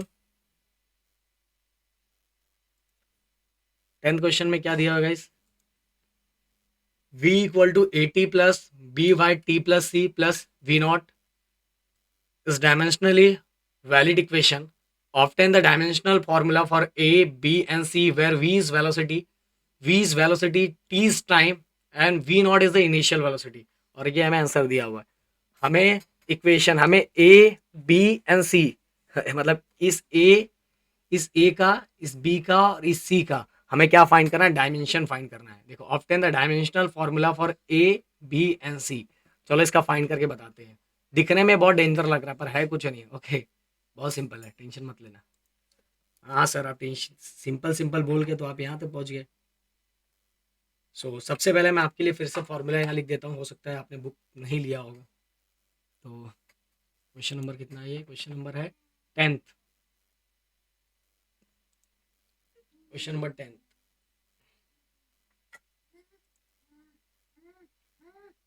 question number 10th,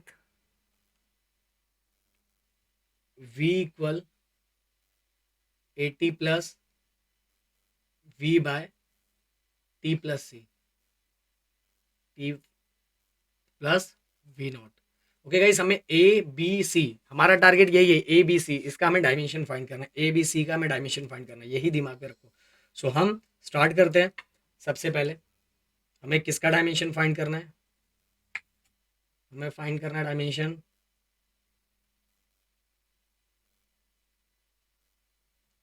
dimension of a b c. Okay, then सबसे पहले v इक्वल टू 80, हम एक एक रिलेशन को ऐसा ले सकते हैं। ओके, v इक्वल टू 80, हमारा टारगेट बस a b c और का डायमेंशन फाइंड करना। तो सबसे पहले a को हम ले लेते हैं, तो v का जो डायमेंशन है l⁻1 m⁻0 t⁻−1 है, वो आपको याद भी हो गया होगा, इतनी बार हो गया a। और टाइम का डायमेंशन एल एम टी, तो टाइम है इसलिए ये लेंथ और मास दोनों जीरो, और टाइम की जगह पे क्या आ जाएगा 1, इसलिए टाइम का। अब क्या है, ए चाहिए ना, इसलिए ये वाला ये इसके साथ मल्टीप्लाई इक्वल के साइड आएगा तो डिवाइड हो जाएगा, तो ये हो जाएगा, ये पहले हम लिख देंगे l⁻1 m⁻0 t⁻−1। तो ये डिवाइड में, क्योंकि हमें ए फाइंड करना तो ये डिवाइड में हो जाएगा, ये हो जाएगा l⁻0 m⁻0 t⁻1। गाइस बोलो ना, डायरेक्ट भी कर सकते हो पर डायरेक्ट नहीं करना है, अपने को टीचर से मार्क्स लेना है, पूरे स्टेप्स करके दिखाने हैं, एक एक स्टेप्स करके दिखाना है। ओके, अब दोनों को माइनस करो, दोनों को माइनस करोगे हो गया आपका काम खत्म। 1 - 0 कितना आ जाएगा, देखो मैंने बोला था डिवाइड के टाइम अगर बेस सेम है तो पावर क्या हो जाता है, माइनस हो जाता है। अब दोनों का कॉमन 1, देन इसके बाद m 0 माइनस 0 0 हो जाएगा। देन इसके बाद -1 -1, ये देखो -1, और ये नीचे वाले को भी माइनस करना है ना, तो -1 कितना हो जाएगा, -2, तो ये हो जाएगा t -2। ओके, और इक्वल टू ए का मिल गया हमें, चेक कर लो ए सही है पहले, नहीं तो ना l⁻1 m⁻0 t⁻², l⁻1 m⁻0 t⁻², perfect, सही। अब गाइस नेक्स्ट हमें फाइंड करना है, ए का हमने फाइंड कर लिया, हम सी का फाइंड करते हैं पहले, क्योंकि सी का फाइंड होगा तो बी का अपने आप मिल जाएगा, कोई टेंशन, और इसका भी मिल चुका है। सो गाइस एक चीज याद रखो, देखो यहाँ एक चीज दिया टी प्लस सी, एक डायमेंशन में एक चीज याद रखो कि अगर इसमें से प्लस दिया हुआ, अगर इसका आपको पता है तो वही सेम इसका भी डायमेंशन होता है। तो टी का डायमेंशन क्या है, टी का डायमेंशन आप सभी को पता है, टी का डायमेंशन अभी हमने निकाला था ना, टी का डायमेंशन क्या है, देखो L0 M0 T1, यही है ना टी का डायमेंशन, टी का डायमेंशन यही है। ये देखो हमें ये इक्वेशन दिया हुआ v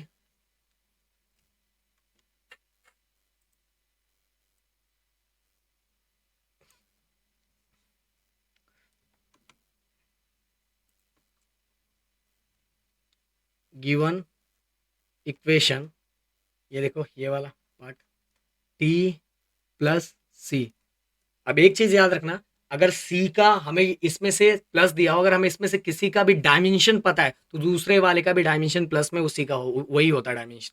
तो ये टी का डायमेंशन कितना है, टी का डायमेंशन हमें पता है कितना है, ये है टी का डायमेंशन है L0 M0 t⁻1, तो सी का भी डायमेंशन कितना होगा, L0 M0 एंड t⁻2।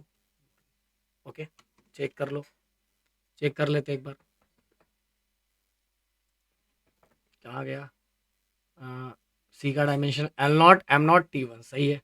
अब हमें फाइंड करना है, हमें क्या फाइंड करना है, हमें फाइंड करना है बी। बी के लिए देखो सिंपल सा वही फिर से ले लेते हैं, चेंज करना पड़ेगा हमें स्लाइड। v इक्वल टू, ये पूरा इक्वेशन देखो, पूरे पहले पीछे जाके बता देता हूँ, देखो v इक्वल AT, पर हमें फाइंड करना है b का, तो हम ये वाला रिलेशन है v equal to b plus b upon t plus c, b equal b upon t plus c. But guys हमें बस b फाइंड करना, तो हम दोनों में से कोई भी ये एक ले सकते हैं, या c भी ले सकते हैं या t भी ले सकते हैं, तो हम ले लेते हैं b अपॉन सी का। इस बार हमें तो b फाइंड करना है ना, अब c ऊपर चला जाएगा इसके पास और b इधर हो जाएगा। अब दोनों के क्या करना है, दोनों के डायमेंशन को मल्टीप्लाई करोगे तो b का मिल जाएगा। फिर से v का क्या है, L1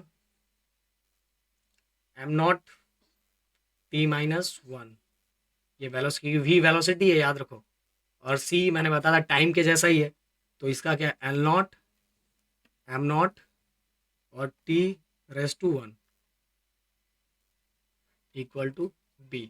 अब दोनों को कंबाइन करना है क्योंकि मुझे b का फाइंड करना है, तो अगर मैं प्लस करूँ, क्योंकि बेस अगर मल्टी दोनों दोनों अगर दोनों डायमेंशन मल्टीप्लिकेशन हो रहा है तो पावर अगर बेस सेम है तो पावर प्लस हो जाएगा, 1 + 0 1, देन इसके बाद m 0 + 0 0, then -1 + 1 plus minus minus, तो हो जाएगा 0, तो ये हो गया b।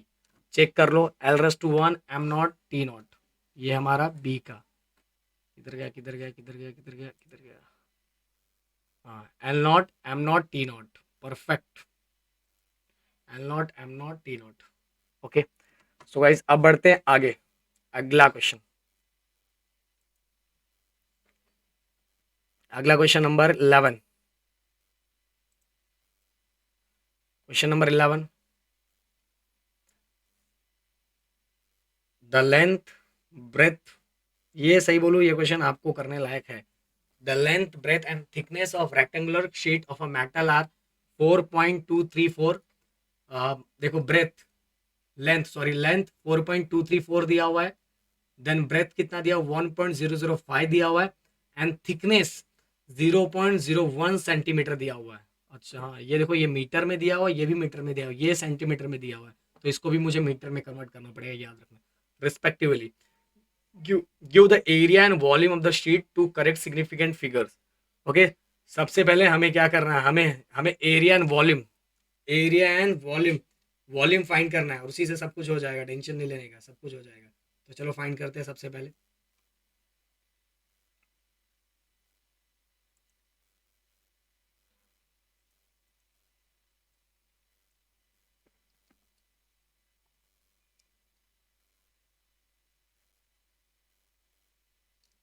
हमें क्या क्या दिया हुआ है, हमें दिया हुआ है लेंथ, रेक्टेंगुलर शीट का हमें लेंथ दिया हुआ, लेंथ लेंथ लेंथ कितना दिया हुआ है, दिया हुआ है हमें 1 पॉइंट मेटल आर, नहीं, लेंथ है 4.234 एंड ब्रेथ, ब्रेथ कितना दिया हुआ है, ब्रेथ दिया हुआ 1.005। ओके, देन इसके बाद लेंथ ब्रेथ हो गया। देन इसके बाद हमें जो नेक्स्ट दिया हुआ है वो है हमारा थिकनेस। थिकनेस को गाइस क्या हुआ, थिकनेस को ऐसा हम हाइट काउंट कर सकते हैं, तो हम यहाँ थिकनेस लिख देता हूँ, थिकनेस ही लिखता हूँ, फिर बाद में आपको बताता हूँ जब फॉर्मूला आएगा। तो थिकनेस कितना दिया हुआ है, थिकनेस दिया हुआ 2.01 into 10 to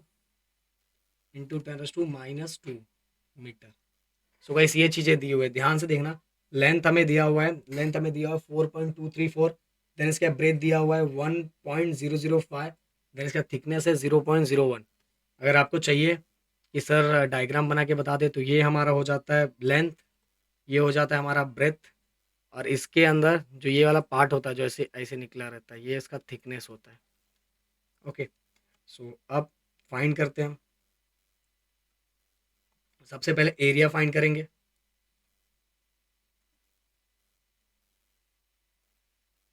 area equal to length into breadth. तो लेंथ लेंथ कितना है 4.234 इंटू ब्रेथ 1.005।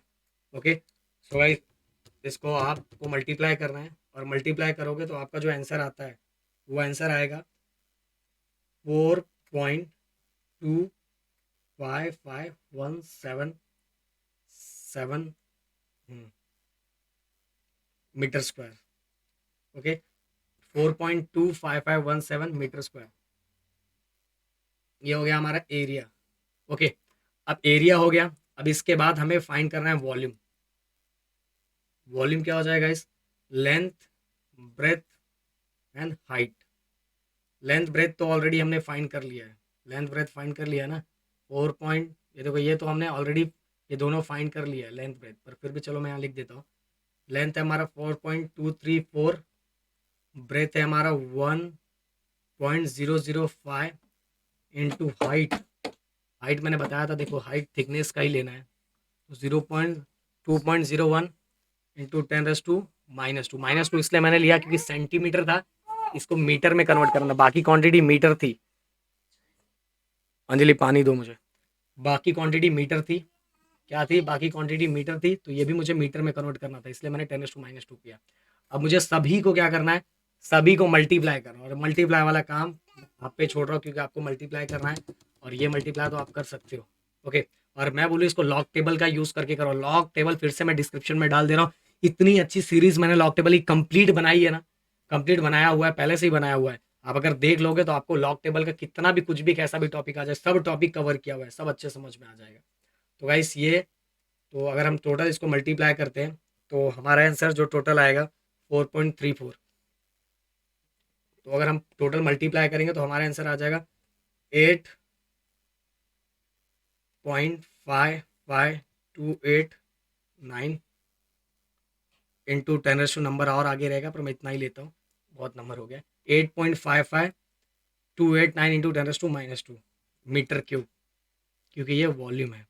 ओके, सो ये हो गया हमारा वॉल्यूम, ये हमारा वॉल्यूम हो गया। अब गाइस एक चीज़ याद रखो अच्छे से, कि हमें इसमें दो चीज़ें यही फाइंड, पहले एक बार चेक कर लेते हैं। लेंथ की दिया था 4.2255, सही है 4.2255, ओके 225, मतलब आगे का नंबर वैसे कंसीडर, देखो डिजिट के बाद 2-3 नंबर सही रहा, आपका आंसर सही है। इसके बाद जो वॉल्यूम है 8.55, 8.55, 8.55 सही है, 8.55 सही है मीटर क्यूब।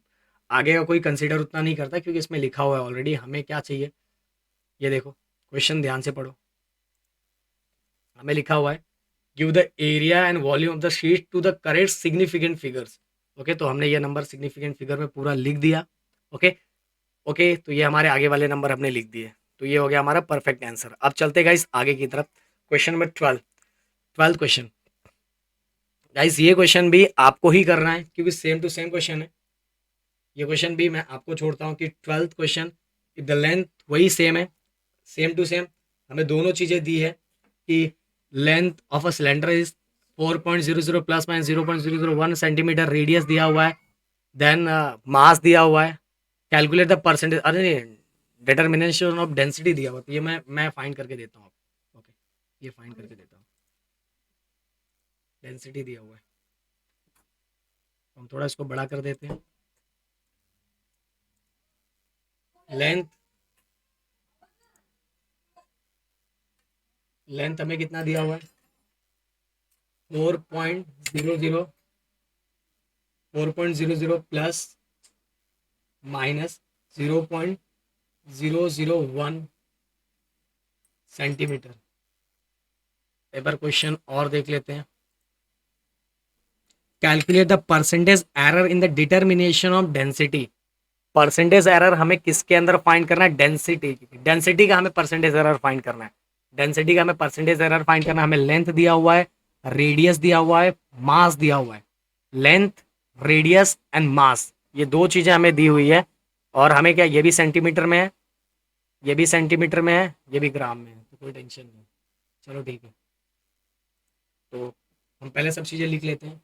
इसके बाद रेडियस, रेडियस कितना है, 0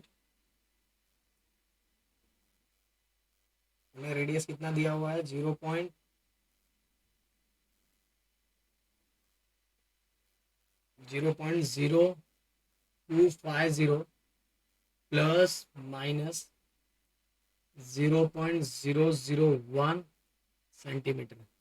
ओके, अब इतने सारे क्वेश्चंस किए जा रहे हैं, देखना कोई कैलकुलेशन में एक दो इधर उधर हुआ हो तो देख लेना भाई। 6.25 प्लस माइनस 0.01, और ये ग्राम में दिया हुआ क्योंकि ये मास है। ओके, लिखते समय कोई नंबर सब सही है, 6.25, 0.02 ग्राम, तो बाद में आंसर गलत आता है। सो गाइस अब हमें इसका फाइंड करना है, क्या फाइंड करना है, percentage error in density. Okay, तो टू फाइंड क्या है, वही है percentage error in density. Density का फॉर्मूला क्या होता है, वही mass upon volume, mass upon volume होता है। गाइस एरर फाइंड करना है, फिर से हम इसको कन्वर्ट करेंगे, रिलेटिव एरर फिर से मल्टीप्लाई कर देंगे तो ये हो जाएगा परसेंटेज एरर। ऐसा ही सेम क्वेश्चन है, वैसे जो क्वेश्चन करवाया था कुछ भी चेंज नहीं है, तो इसको उसी फॉर्मूले की तरह देखो, delta rho upon rho into 100, ये हो गया परसेंटेज एरर इन डेंसिटी। इसका मतलब इक्वल, अब मास को वैसे ही डेल्टा वी, एक चीज और करना था, एक चीज इसके अंदर चाहिए क्योंकि हमें रेडियस दिया हुआ है ना, हमें मास अपॉन वॉल्यूम, वॉल्यूम तो दिया ही नहीं है, वॉल्यूम दिया नहीं है ना डायरेक्ट, हमें क्या दिया हुआ, रेडियस दिया हुआ है, तो हमें मास अपॉन वॉल्यूम, वॉल्यूम को चेंज करना पड़ेगा। वॉल्यूम देखो, वॉल्यूम को अगर हम पाई आर स्क्वायर एल, ये आपको पता होगा, ये आप जानते हो अच्छे से। ओके, तो एक मिनट, ये इस पे आ जाओ थोड़ा, देखो सिलेंडर, ये देखो सिलेंडर लिखा हुआ है, तो volume of cylinder, volume of cylinder pi square, pi are square l होता है, आप सभी को पता है, यही मुझे आपको दिखाना था सिलेंडर। तो वॉल्यूम ऑफ सिलेंडर क्या होता है, पाई आर स्क्वायर एल। तो वहाँ प्रॉब्लम क्या था, वॉल्यूम डायरेक्ट दिया नहीं है, तो हमें इसको कन्वर्ट करना पड़ेगा, इसलिए हमने पाई आर स्क्वायर एल लिख दिया, ये वॉल्यूम ऑफ सिलेंडर होता है। अब इसके बाद अब इसको सबको चेंज करेंगे, सबसे पहले इसको delta rho upon rho into 100 plus, अब M upon pi are square L, okay, M upon pi are square L. M को कैसे चेंज करेंगे, इस वैसे ही मैंने बताया था, डेल्टा एम अपॉन एम, थोड़ा ये दूर ज़्यादा चला गया तो नज़दीकिया थोड़ा ला देते हैं, एम, मैंने बोला कांस्टेंट टर्म से कोई लेना देना नहीं होता, पाई कांस्टेंट टर्म है, एरर के अंदर हमें कांस्टेंट टर्म से लेना देना नहीं है गाइस। अब आर, आर के ऊपर टू भी है, पावर भी है, तो ये टू आगे लिख लेंगे और ये हो जाएगा डेल्टा आर अपॉन आर। भाई डिवाइड में रहे मल्टीप्लाई में रहे ऐसे ही लिखना है, ये चीजें मैंने रिलेटिव एरर के अंदर बताया था, कॉम्बिनेशन ऑफ एरर में मैंने एक्सप्लेन किया हुआ है, जाके वो वीडियो जरूर देखना, ओके। नहीं तो बोलोगे सर ये तो डिवाइड में प्लस कैसे लिखते हैं, भाई इसी तरह से लिखा जाता है, इसका प्रोसेस मैंने उसमें एक्सप्लेन किया हुआ अच्छे से।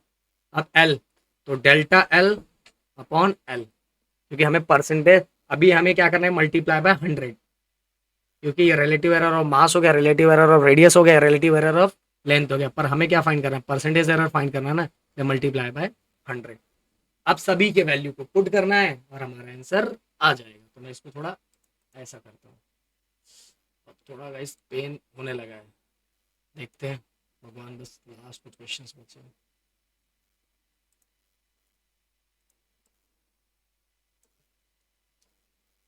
सो गाइस इक्वल का साइन डाल के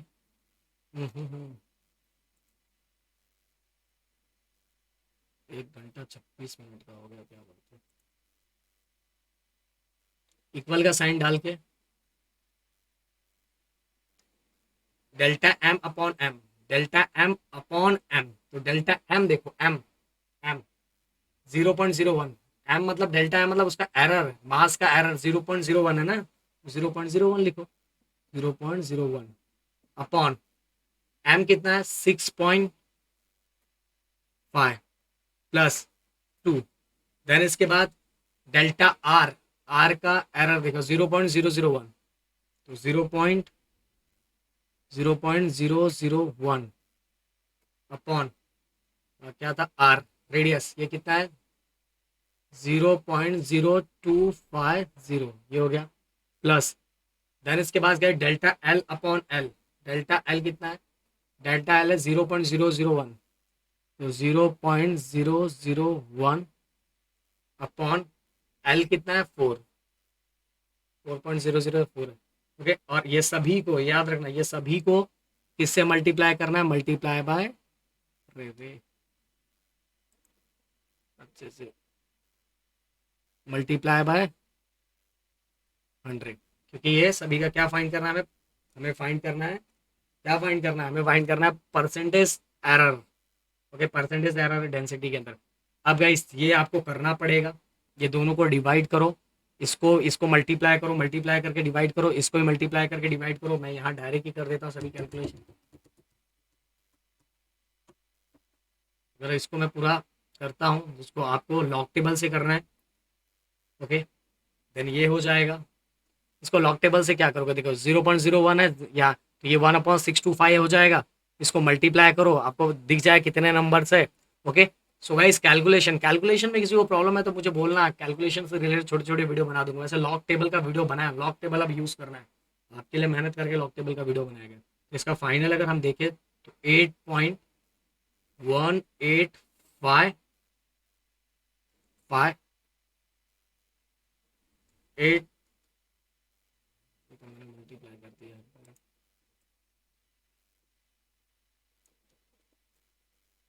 मल्टीप्लाई नहीं, पहले पहले वाला नंबर बताता हूँ,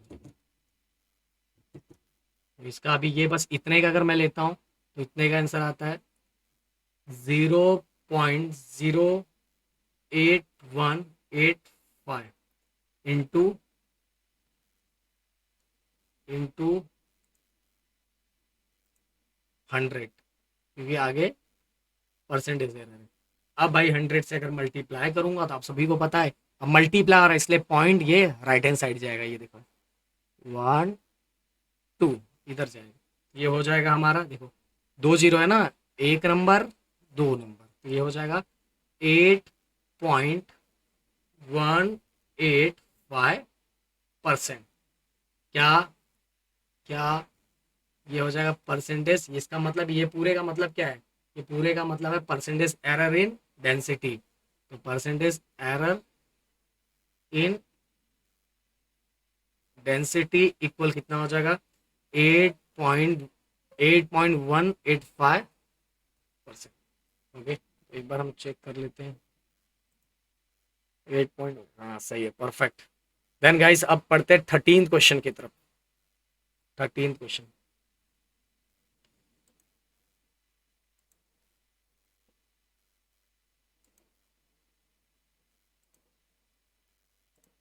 इसको थोड़ा बड़ा कर ले।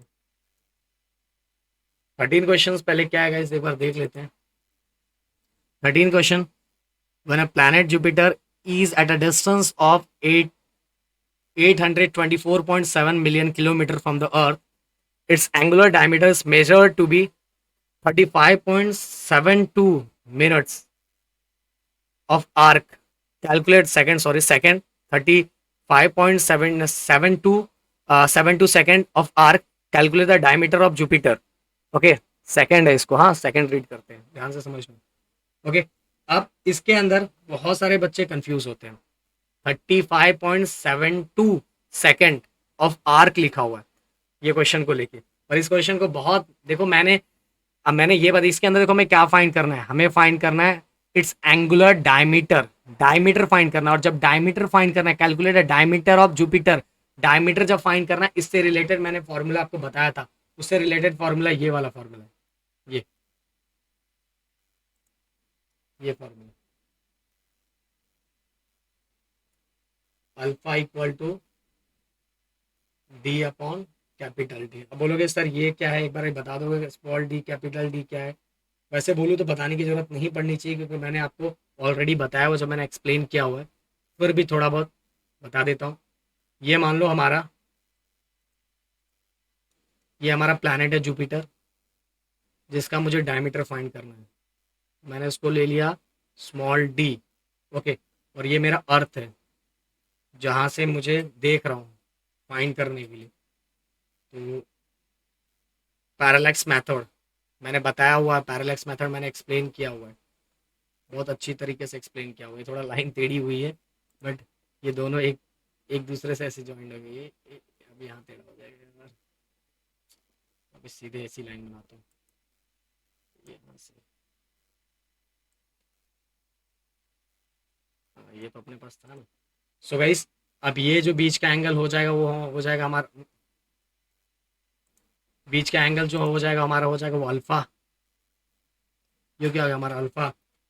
ये देखो, ये टोटल जो डिस्टेंस है जिसको डी हमने लिया, ये वाला, ये ये डी डिस्टेंस है जिसको हमने कितना लिया है, 824.7 इंटू 10⁻⁶ है ना, इंटू 10⁻⁶ है, इंटू 10⁻, नहीं, अच्छा मिलियन किलोमीटर लिखा हुआ है ना, million kilometre,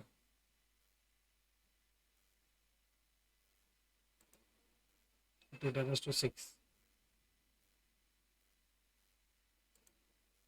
into 10⁻⁶, 824.7 into 10⁻⁶। Okay, अब गाइस और ये चीज़ देखो, ये एंगल भी हमें दिया हुआ है 35.72 सेकेंड। ओके, ये दिया हुआ, तो इस तरह से है, ये हमें एंगल दिया हुआ है, डी दिया हुआ है, और हमें इसका डायमीटर फाइंड करना है। ये दोनों को मल्टीप्लाई करके हमें इसका डायमीटर फाइंड करना है। ओके, ये जुपिटर का हमें डायमीटर, ये दोनों को मल्टीप्लाई करेंगे तो हमें जुपिटर का डायमीटर मिल जाएगा, क्योंकि हमें ये एंगल दिया हुआ है 35.72 सेकेंड। तो चलो, इसके अंदर बस एक चीज़ है जिसको आपको ध्यान रखना है, वो याद कर लेना है, बाहर ही कर लो उसको। तो चलो हम करते हैं, इसको बाद में रख लेते हैं। तो फॉर्मूला यही है, अब लिख सकते हो, तो ये लिख सकते हो, डिस्टेंस कहाँ से, फ्रॉम द अर्थ सरफेस, कहाँ तक का, planet, planet from the earth surface. तो सबकी वैल्यू हम लिख देंगे। हमें तो फाइंड क्या करना है, हमें फाइंड करना है डी ना, तो ये डी फाइंड करना है, तो अल्फा इंटू डी, तो अल्फा की वैल्यू 35.72 सेकेंड इंटू 8247, मैंने बताया मिलियन किलोमीटर लिखा हुआ है, इसीलिए, नहीं एक मिनट,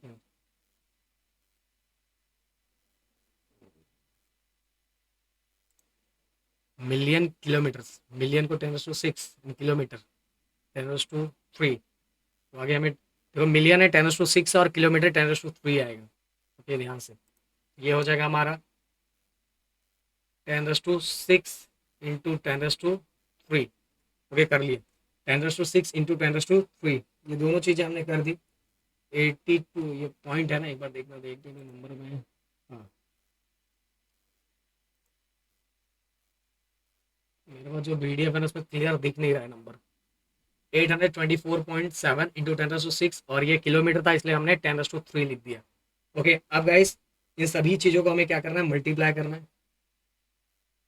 अब एक चीज़ याद रखो, हाँ कभी भी सेकंड को रेडियन में, क्योंकि ये सेकंड दिया हुआ है, ओके सेकंड को हमें रेडियन में कन्वर्ट करना है। तो एक नंबर बता रहा हूँ उसको याद रखना, वो नंबर को याद करो 335.72। वो नंबर को याद रखो जब भी ये सबसे अच्छा तरीका है, सेकंड को रेडियन में कन्वर्ट करना है, ये वाला नंबर मल्टीप्लाई कर देना 4.8। अभी 4.847 इंटू 10⁻⁻⁶ ये याद कर लो, ये याद करके दिमाग में रख लो। ये क्योंकि सेकंड में दिया हुआ और हमें रेडियन में कन्वर्ट करना है, क्योंकि हमें सबको मल्टीप्लाई करना है ना। हमें सेकंड में दिया हुआ तो हमें उसको किस में कन्वर्ट करना है, रेडियन में।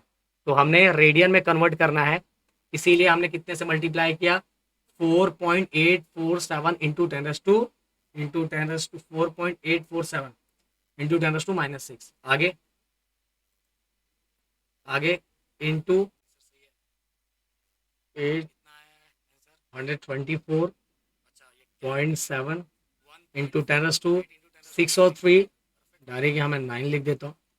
अब गाइस मैं क्या करूँगा, ये दोनों को पहले मल्टीप्लाई कर देते हैं। अगर ये दोनों को मैं मल्टीप्लाई करता हूँ तो फटाफट तो ये आएगा हमारा 173.13 इंटू 10⁻⁻⁶ इंटू 824.7 इंटू 10⁻⁹ ओके अब गाइस यहाँ ध्यान देना अच्छे से, थोड़ा पॉइंट को मैं आगे और ले लेता हूँ, इसका थोड़ा ज़्यादा हेल्प हो जाएगा, नंबर थोड़ा छोटा हो जाएगा। तो जैसे ही ये मैं पॉइंट को आगे लेता हूँ, ये पॉइंट यहाँ था, अगर 2 पॉइंट आगे लूंगा तो यहाँ क्या हो जाएगा, 2 नंबर कम हो जाएगा।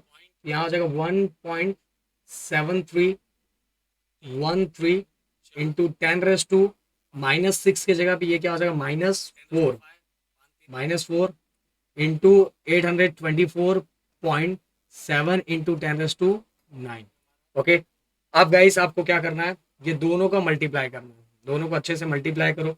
दोनों को मल्टीप्लाई करोगे तो मल्टीप्लाई करने के बाद आपका जो आंसर आएगा वो, ये आपको फिर से बोल रहा हूँ, ये आपको लॉग टेबल यूज करके मल्टीप्लाई करना है ये दोनों को, ये दोनों को। ये तो आप डायरेक्ट ही पावर दिया हो तो इसको डायरेक्ट ही करना है। देखो ये मल्टीप्लाई हो रहा है इसलिए पावर को क्या करना है, हमें प्लस करना है, पावर को क्या करेंगे प्लस। ये दोनों को जब मैंने मल्टीप्लाई किया, मल्टीप्लाई करने के बाद मेरा जो आंसर आ रहा है वो आंसर क्या है 1428.73 1428.73 इंटू, ये देखो दोनों को प्लस करना है, प्लस पर प्लस माइनस या माइनस है ना, प्लस माइनस माइनस हो जाएगा, इसलिए यहाँ क्या आ जाएगा 10⁻⁵। ये हो गया हमारा, ये डी यहाँ तक मिल गया डी मीटर। ओके तो अब ये आंसर हम लोग चेक कर लेते हैं कितना दिया हुआ है।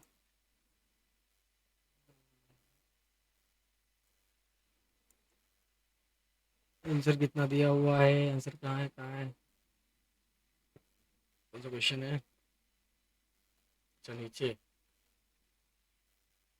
अच्छा ये 10⁻⁵ किलोमीटर, कोई टेंशन नहीं, वो कन्वर्ट हो जाएगा, करके दे देता हूँ मैं, टेंशन नहीं लेने का। तो गाइस ये वाह ये कितना है 1428.73 इंटू 10⁻⁵ मीटर है। अब इसको थोड़ा और हम मॉडिफाई कर देते हैं क्योंकि हमारा आंसर वैसे चाहिए। पॉइंट को थोड़ा आगे अगर मैं लेता हूँ, शिफ्ट करता हूँ 1 2 3, अगर ये पॉइंट शिफ्ट कर रहा हूँ तो नंबर यहाँ बढ़ जाएगा, तो ये क्या हो जाएगा डी इक्वल 1.428, ध्यान से देखना 73, देखो मैंने कितना पॉइंट आगे लिया है 1 2 3, तो ये हो जाएगा 10⁸ मीटर। गाइज आपके कैलकुलेशन के लिए, सिंपल करने के लिए मैं ऐसी चीज़ें कर रहा हूँ क्योंकि अपना आंसर मीटर में दिया हुआ, ये कर ही देता हूँ मैं, तो इसमें कंफ्यूज हो जाओगे पूरी तरह से आप।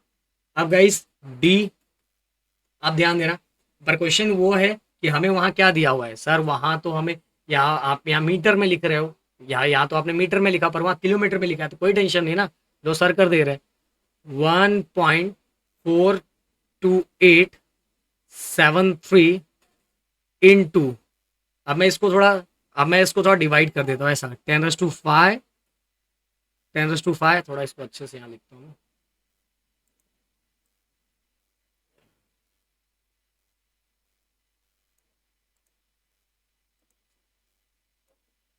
मैं डिलीट करके यहाँ लिखता हूँ लाइन ड्रॉ करके।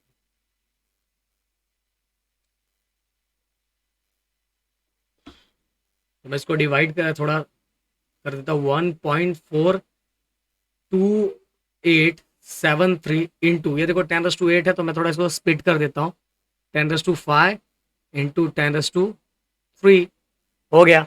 अब देखो काम खत्म, आ गया ना आंसर, ऐसे ही आंसर है ना, 1.4287, 10⁵ ऐसे ही रखता हूँ, और 10⁵ मतलब क्या हो जाता है हमारा, किलोमीटर। हो गया। अब आंसर चेक करो, 10⁵ मतलब ही क्या होता है, किलोमीटर होता है ना। ये देखो, ये किधर गया आपका आंसर, यही है ना, 1.42, 1 स्टार्टिंग के डिजिट को देखो, पॉइंट के बाद स्टार्टिंग के 2 डिजिट को, 1.42 इंटू 10⁵ किलोमीटर। डन। ओके, ये हमारा डन हो गया, डन। अब चलते गाइस आगे, आगे की तरफ। अगला क्वेश्चन, जो हमारा अगला क्वेश्चन है, अगला क्वेश्चन क्या है देख ले एक बार। If the formula for a, हमारा 14 number question, if the formula for a physical quantity is x, a raised to 4 b raised to 3 upon c raised to 1 by 3 d raised to 1 by 2, and if the percentage error in the measurement of a b c and d are 2%, 3%, 2%, 3%, 3% and 4% respectively, calculate percentage error in x। बहुत simple है भाई, ये ऐसी answer मैं बता दूं, 2%, 3% बिना calculate किए, बट हमें इसको सॉल्व करना है अच्छे से। और वो कैसे सॉल्व करूंगा मैं आपको बताता हूँ एकदम अच्छे से। इसके अंदर गाइस ज्यादा गड़बड़ घाई नहीं करना है। बहुत लोग क्या होते हैं कि कंफ्यूज हो जाते हैं, उसको लेके बैठ जाते हैं, क्यों गड़बड़ घाई करने की जरूरत ही नहीं बिल्कुल। आप जो जो चीजें मैं इसके अंदर बता रहा हूँ, देखो अब अपना लेक्चर इतने टाइम के इतना लेक्चर हो चुका है, तो आपके लिए सब चीजें की जा रही है। और गाइस आपको वीडियो को जरूर लाइक शेयर सब्सक्राइब करना है यार, जितना हो सके उतना शेयर करना है, तो थोड़ा अच्छा लगेगा मुझे। तो चलो लिखता हूँ मैं, यहाँ जो हमें लिखा हुआ है, क्या लिखा हुआ है, एक्स, हमें परसेंटेज एरर फाइंड करना है टोटल एक्स का, पूरे एक्स का। तो ए रेस टू 4 है, देन इसके बाद बी रेस टू 3 है, देन इसके बाद guys c raise to 1 by 3 है, देन इसका डी रेस टू 1 बाय 2, ये दिया हुआ है। तो हम सबसे पहले लिख लेते हैं सबका परसेंट एरर। ये 2% टोटल परसेंट एरर हमें एक्स का निकालना है, टोटल ये पूरे का एरर एक्स का निकालना है। तो ए का लिखा, देन इसके बाद गाइस बी का कितना दिया हुआ 3%, देन सी का कितना दिया हुआ 3%, देन इसका डी का कितना दिया हुआ है 4%। कुछ भी नहीं करना है, सबका दिया हुआ है ना, बस ये वाले नंबर को, ये देखो ये नंबर जो भी पावर में रहता है वो आगे चला जाता है। मैंने रिलेटिव कॉम्बिनेशन ऑफ एरर में बताया था आपको, आप सभी को कॉम्बिनेशन ऑफ एरर में ये चीजें मैंने बताई थी कि कैसे करना है। ये सीधे हो गया, इसको चलो, कॉम्बिनेशन ऑफ एरर में ये चीजें मैंने आपको बताई हुई थी कि पावर में जो नंबर रहेगा बस वो आगे हो जाएगा। ये हो जाएगा इसका आंसर, कैसे, ये इक्वल डायरेक्टली एक्स, चलो डायरेक्टली लिखता हूँ, एक्स इक्वल, ये आगे 4 और ये कितना है 2 है, डायरेक्ट प्लस करके डायरेक्ट टोटल लास्ट में परसेंट लिख देंगे, टोटल परसेंट एरर निकालना है ना। इसके बाद ये बी का क्या दिया 3, टोटल लिखना है इसलिए प्लस कर रहा हूँ, 3 पावर में 3 है इंटू बी का कितना दिया हुआ 3% प्लस, देन इसके बाद गाइस आगे चले, 1/3 है, 1/3 है तो 1/3 आगे आ जाएगा, 1/3 इंटू सी का कितना दिया हुआ 3%, देन इसके बाद ये 1/2 है, 1/2 भी आगे आ गया इंटू कितना दिया डी का 4%। अब देखो कितना हो गया, 4 2 8, 3 3 9, 3 3 कैंसिल हो गया, 2 1 2, 2 2 4, तो 3 3 कैंसिल हो गया, प्लस करना है तो 1 भी तो लिखना पड़ेगा ना। बहुत बार कैंसिल होके 1 को भूल जाते हैं, यहाँ के 1 की वैल्यू क्योंकि प्लस करना है, तो 3 3 कैंसिल 1 बचा। ओके, 2 1 2, 2 2 4, तो 2 1 2, तो यहाँ 2 बचा, देखो 2 1 2, 2 2 2 तो कितना हो गया, कैलकुलेट करके मुझे बताओ फटाक से, 8 to 10, 19, 20, 20। अब डायरेक्ट परसेंट, सर आपने परसेंट क्यों नहीं लिखा था, लिख दिया ना परसेंट।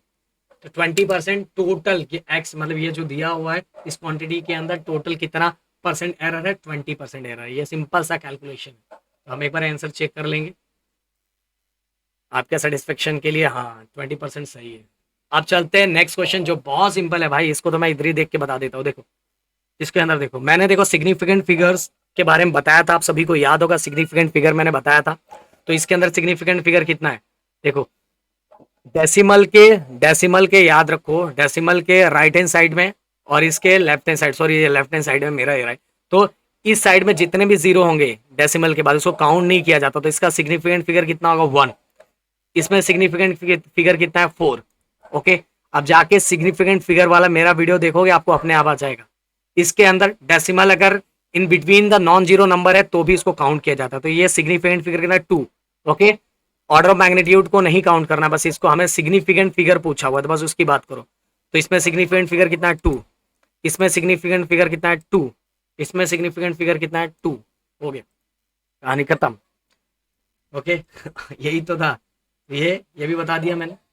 अब चलते गाइस लास्ट क्वेश्चन जो हमारा दिया हुआ है, the diameter of sphere is 2.14 centimetre, calculate the volume of the sphere to the correct number of significant figure. The diameter of sphere, sphere का डायमीटर हमें दिया हुआ है 2.14 centimetre, calculate the volume of the sphere, sphere का volume find करना है to the correct significant figures. Okay, मतलब power के नंबर का लेना देना नहीं है। चलो अगला last question. Finally Pradeep sir वहां पहुंच गए जहां तक पहुंचना था हमें। ये हमारा है last question, question number 16। D equal 2.14 centimetre. Then इसके बाद हमें फाइंड क्या करना है, हमें फाइंड करना है volume. And volume of sphere का जो फॉर्मूला होता है वो आप सभी को पता है। वॉल्यूम ऑफ स्फीयर का फॉर्मूला क्या है, 4/3 पाई आर क्यूब। तो 4/3 पाई क्या 3.142। आर की वैल्यू कितनी है, आर की वैल्यू देखो 2.14 है। 2.4 को हम हाफ करेंगे तो यार 14 का 0.7 हो जाएगा और ये 2 का 1 हो जाएगा, तो मतलब ये कितना हो जाएगा 1.07 का स्क्वायर। अब गाइस इसको क्या करना है, ये चाहिए तो ऐसा लिख दो 4.3 इंटू 3.142, क्योंकि आपको लॉग टेबल यूज करना है इसलिए ये तीसरा डिजिट भी लेना पड़ता है। 1.07 इंटू 1.07, और जिसके अंदर नहीं है वो चलेगा। तो ये स्क्वायर इसलिए मैंने 2 बार लिख दिया। ये सभी को क्या करो, लॉग टेबल का यूज करके, आपको लॉग टेबल कैसे करते मैंने बताया, इसको करके अगर सॉल्व करोगे या तो आप मल्टीप्लाई करो, पर मैं लॉग टेबल यूज करके करो, तो आपका फाइनल आंसर जो होगा वो हो जाएगा v equal to 5.13 centimetre cube, क्योंकि सेंटीमीटर दिया हुआ है। तो देख ले आंसर, हाँ 5.13 centimetre. Okay, so guys finally यहाँ हमारा पूरी तरह से सब चीज़ खत्म होता है, और मेरे ख्याल से आपको पूरा वीडियो बहुत अच्छे से समझ में आया होगा और बहुत मजा आया होगा। यहाँ पूरी मेरी हालत ख़राब हो चुकी है, सब कुछ हो चुका है। थोड़ा पानी पी लेते हैं, पानी भी पाइप से मांगा, पुराना पानी रखा है, पानी तो पानी है। Okay, so guys please video को जितना हो सके जाए उतना शेयर करो, क्योंकि सेकेंड चैप्टर का भी मैं आपके लिए लेके आ सकूं, क्योंकि वो एनर्जी वो मोटिवेशन होना चाहिए इतना कंटिन्यू लेक्चर्स लेने के लिए। वो एनर्जी मोटिवेशन की ज़रूरत है। वैसे तो हमें आदत है, हम तो ऑफलाइन लेक्चर कंटिन्यू लेते हैं, तो ये कोई बहुत बड़ा टास्क नहीं है। फिर भी इस समय जो कंडीशन है उसको लेकर थोड़ा बड़ा टास्क है। ओके गाइज, थैंक्स इतना सपोर्ट एंड प्यार दिखाने के लिए। Bye bye.